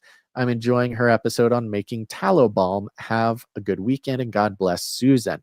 Yeah, I gave a shout out to Natural Liberty podcast, who is our lovely producer, Monica, who started a podcast and has been cruising along. If you're a liberty-minded person and a homesteading type of person and a person trying to take back as much power as you can in all areas of your life, from food to health to this to that, go check out the Natural Liberty podcast. That's one of ours, folks. Okay, Awesome. There you go. Text the word Canary to 877-740-3226. Send in your prayer requests and everything else you got going on. Yep. Real quick, we do have this message from, or I guess it's I haven't listened to it yet, from Nomen Prunte. We should say you can leave us a voice message. We've yes, that's right. We've stopped Used to do a pitching it. thing. Yeah, I forgot we'll about that. play all the voice messages that are meant to be played. And if you want to leave us a voicemail message, go to canarycrynewstalk.com. You'll see a green tab on the side or the bottom. Click on that green tab and you can record us, I think, a 90-second message. If you don't want us to play the message on the show, tell us in the beginning of the message that you don't want us to play it. Otherwise, we'll play it if we see fit. But yeah, go to canarycrynewstalk.com. You'll see the green tab. You can do it on any device. Any device, you can leave us a voice message. I think we have a jingle for that. This is a CCR special Boots on the Ground report. Well, I guess that was when it was Boots on the Ground. Jingle. We do have a jingle for it. Please leave a message after the tone.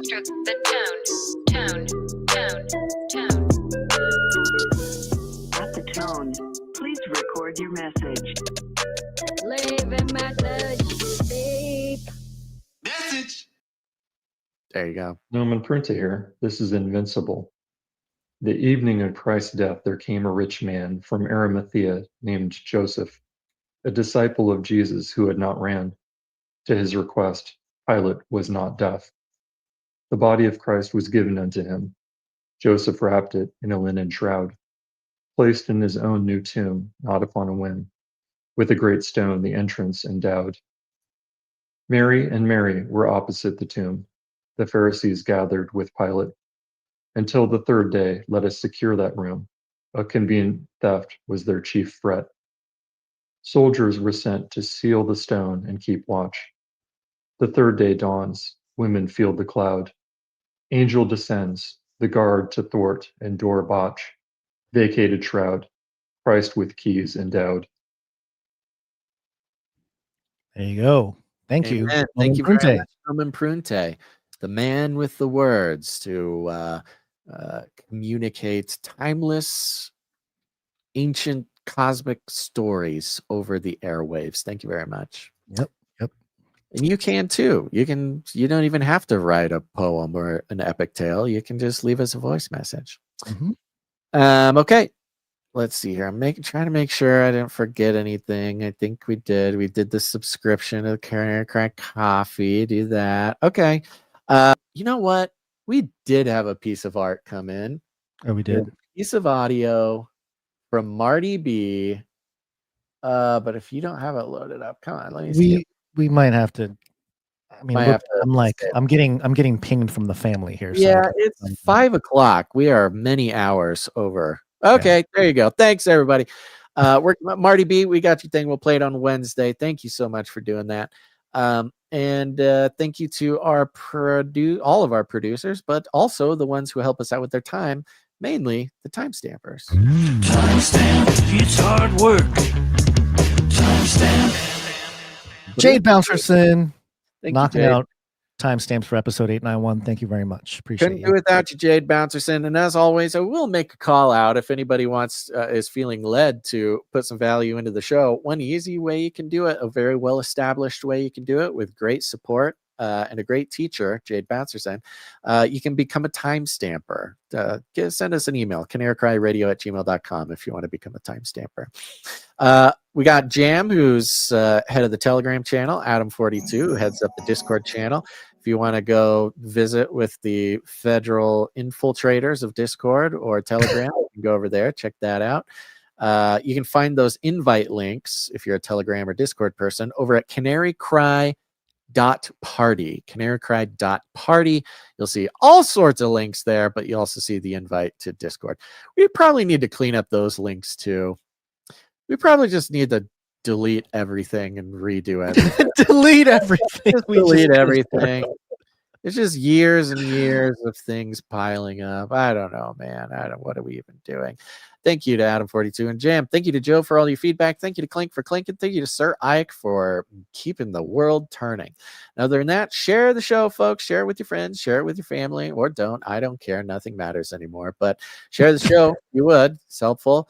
We like to call it rattling cages, and all you got to do is walk right up to them, grab them by the cage, and then you shake it. The end of the world occurred pretty much as we had predicted. I want to shake things up, stir up some controversy, rattle a few cages. Hey, stop that! You'll never silence me. I'm the last angry man, a crusader for the little guy. Leave the bird alone. Never. Rattle a few cages. Rattle a few cages. Every opportunity to improve. And if they don't? Ask Noah. Ask Noah. Guns, you got any last words? Miso Robotics was $45 million of loss in 2022, $24 million loss in 2023. Yeah, somewhere along the ballpark of 20 million in 2024, and so yes, they're down bad, Basil. They're down bad. Yeah, that's normal though. That's normal. That's a tech company for you. That's actually not that bad. Isn't ChatGPT like in the red, like $100 billion every year? Of course. Polymarket says breaking: Stephen Hawking rises to #1 suspect in the Epstein files. That's by the way, Polymarket partnered with Google and partnered with all these big. They're everywhere. Yeah, they are everywhere, folks. Yes, they are. That's how we're all gonna make money when the robots take over and we have universal high basic income. You're just going to get, that's how you'll decide who's rich and who's poor when we all get the same income, is you can just get the income and you'll be poor, but you take that robot money they give you, you bet on Polymarket for, which elite is going to get caught in a sexual relationship with a robot, and you get more money. That's how they're rich. Okay, everybody, thanks for listening to this episode of Canary Cry News Talk. Make sure to tune in next time, but until then, think outside the cage. Remember, reality is an illusion. The universe is a hologram. Buy gold. Buy! Space I'm an adult in a spaceship. supersonic space plane screamed to life and the vehicle swooped upward. On board, the passengers experienced a 3 Gs of force from the burst of extreme acceleration and watched the blue sky fade into space. In the back have been cleared to unstrap. Oh, yeah. In the back have been cleared to unstrap. Yes, do it, Richard. Do it, Jeff. Do it for humanity. To all you kids down there, I was once a child with a dream. Now I'm an adult in a spaceship. He can accomplish it. You can too. Big windows, cool. Rocket ship, cool. Space plane, cool. Nukes, cool. Blowing stuff up, cool. Space plane, astronaut, rocket ship. ABS anchor. Yeah, Bezos is a human. Just look at him. Go to the bathroom in bags. He can go to the bathroom in the cosmos. It changed everything. Wives in space, children in the cosmos, with your best friend brother. Wives in the cosmos, children in the space lane. We are headed to space. Value for value. We take no money from corporations, commies, or cartels. Canary cry not supposed.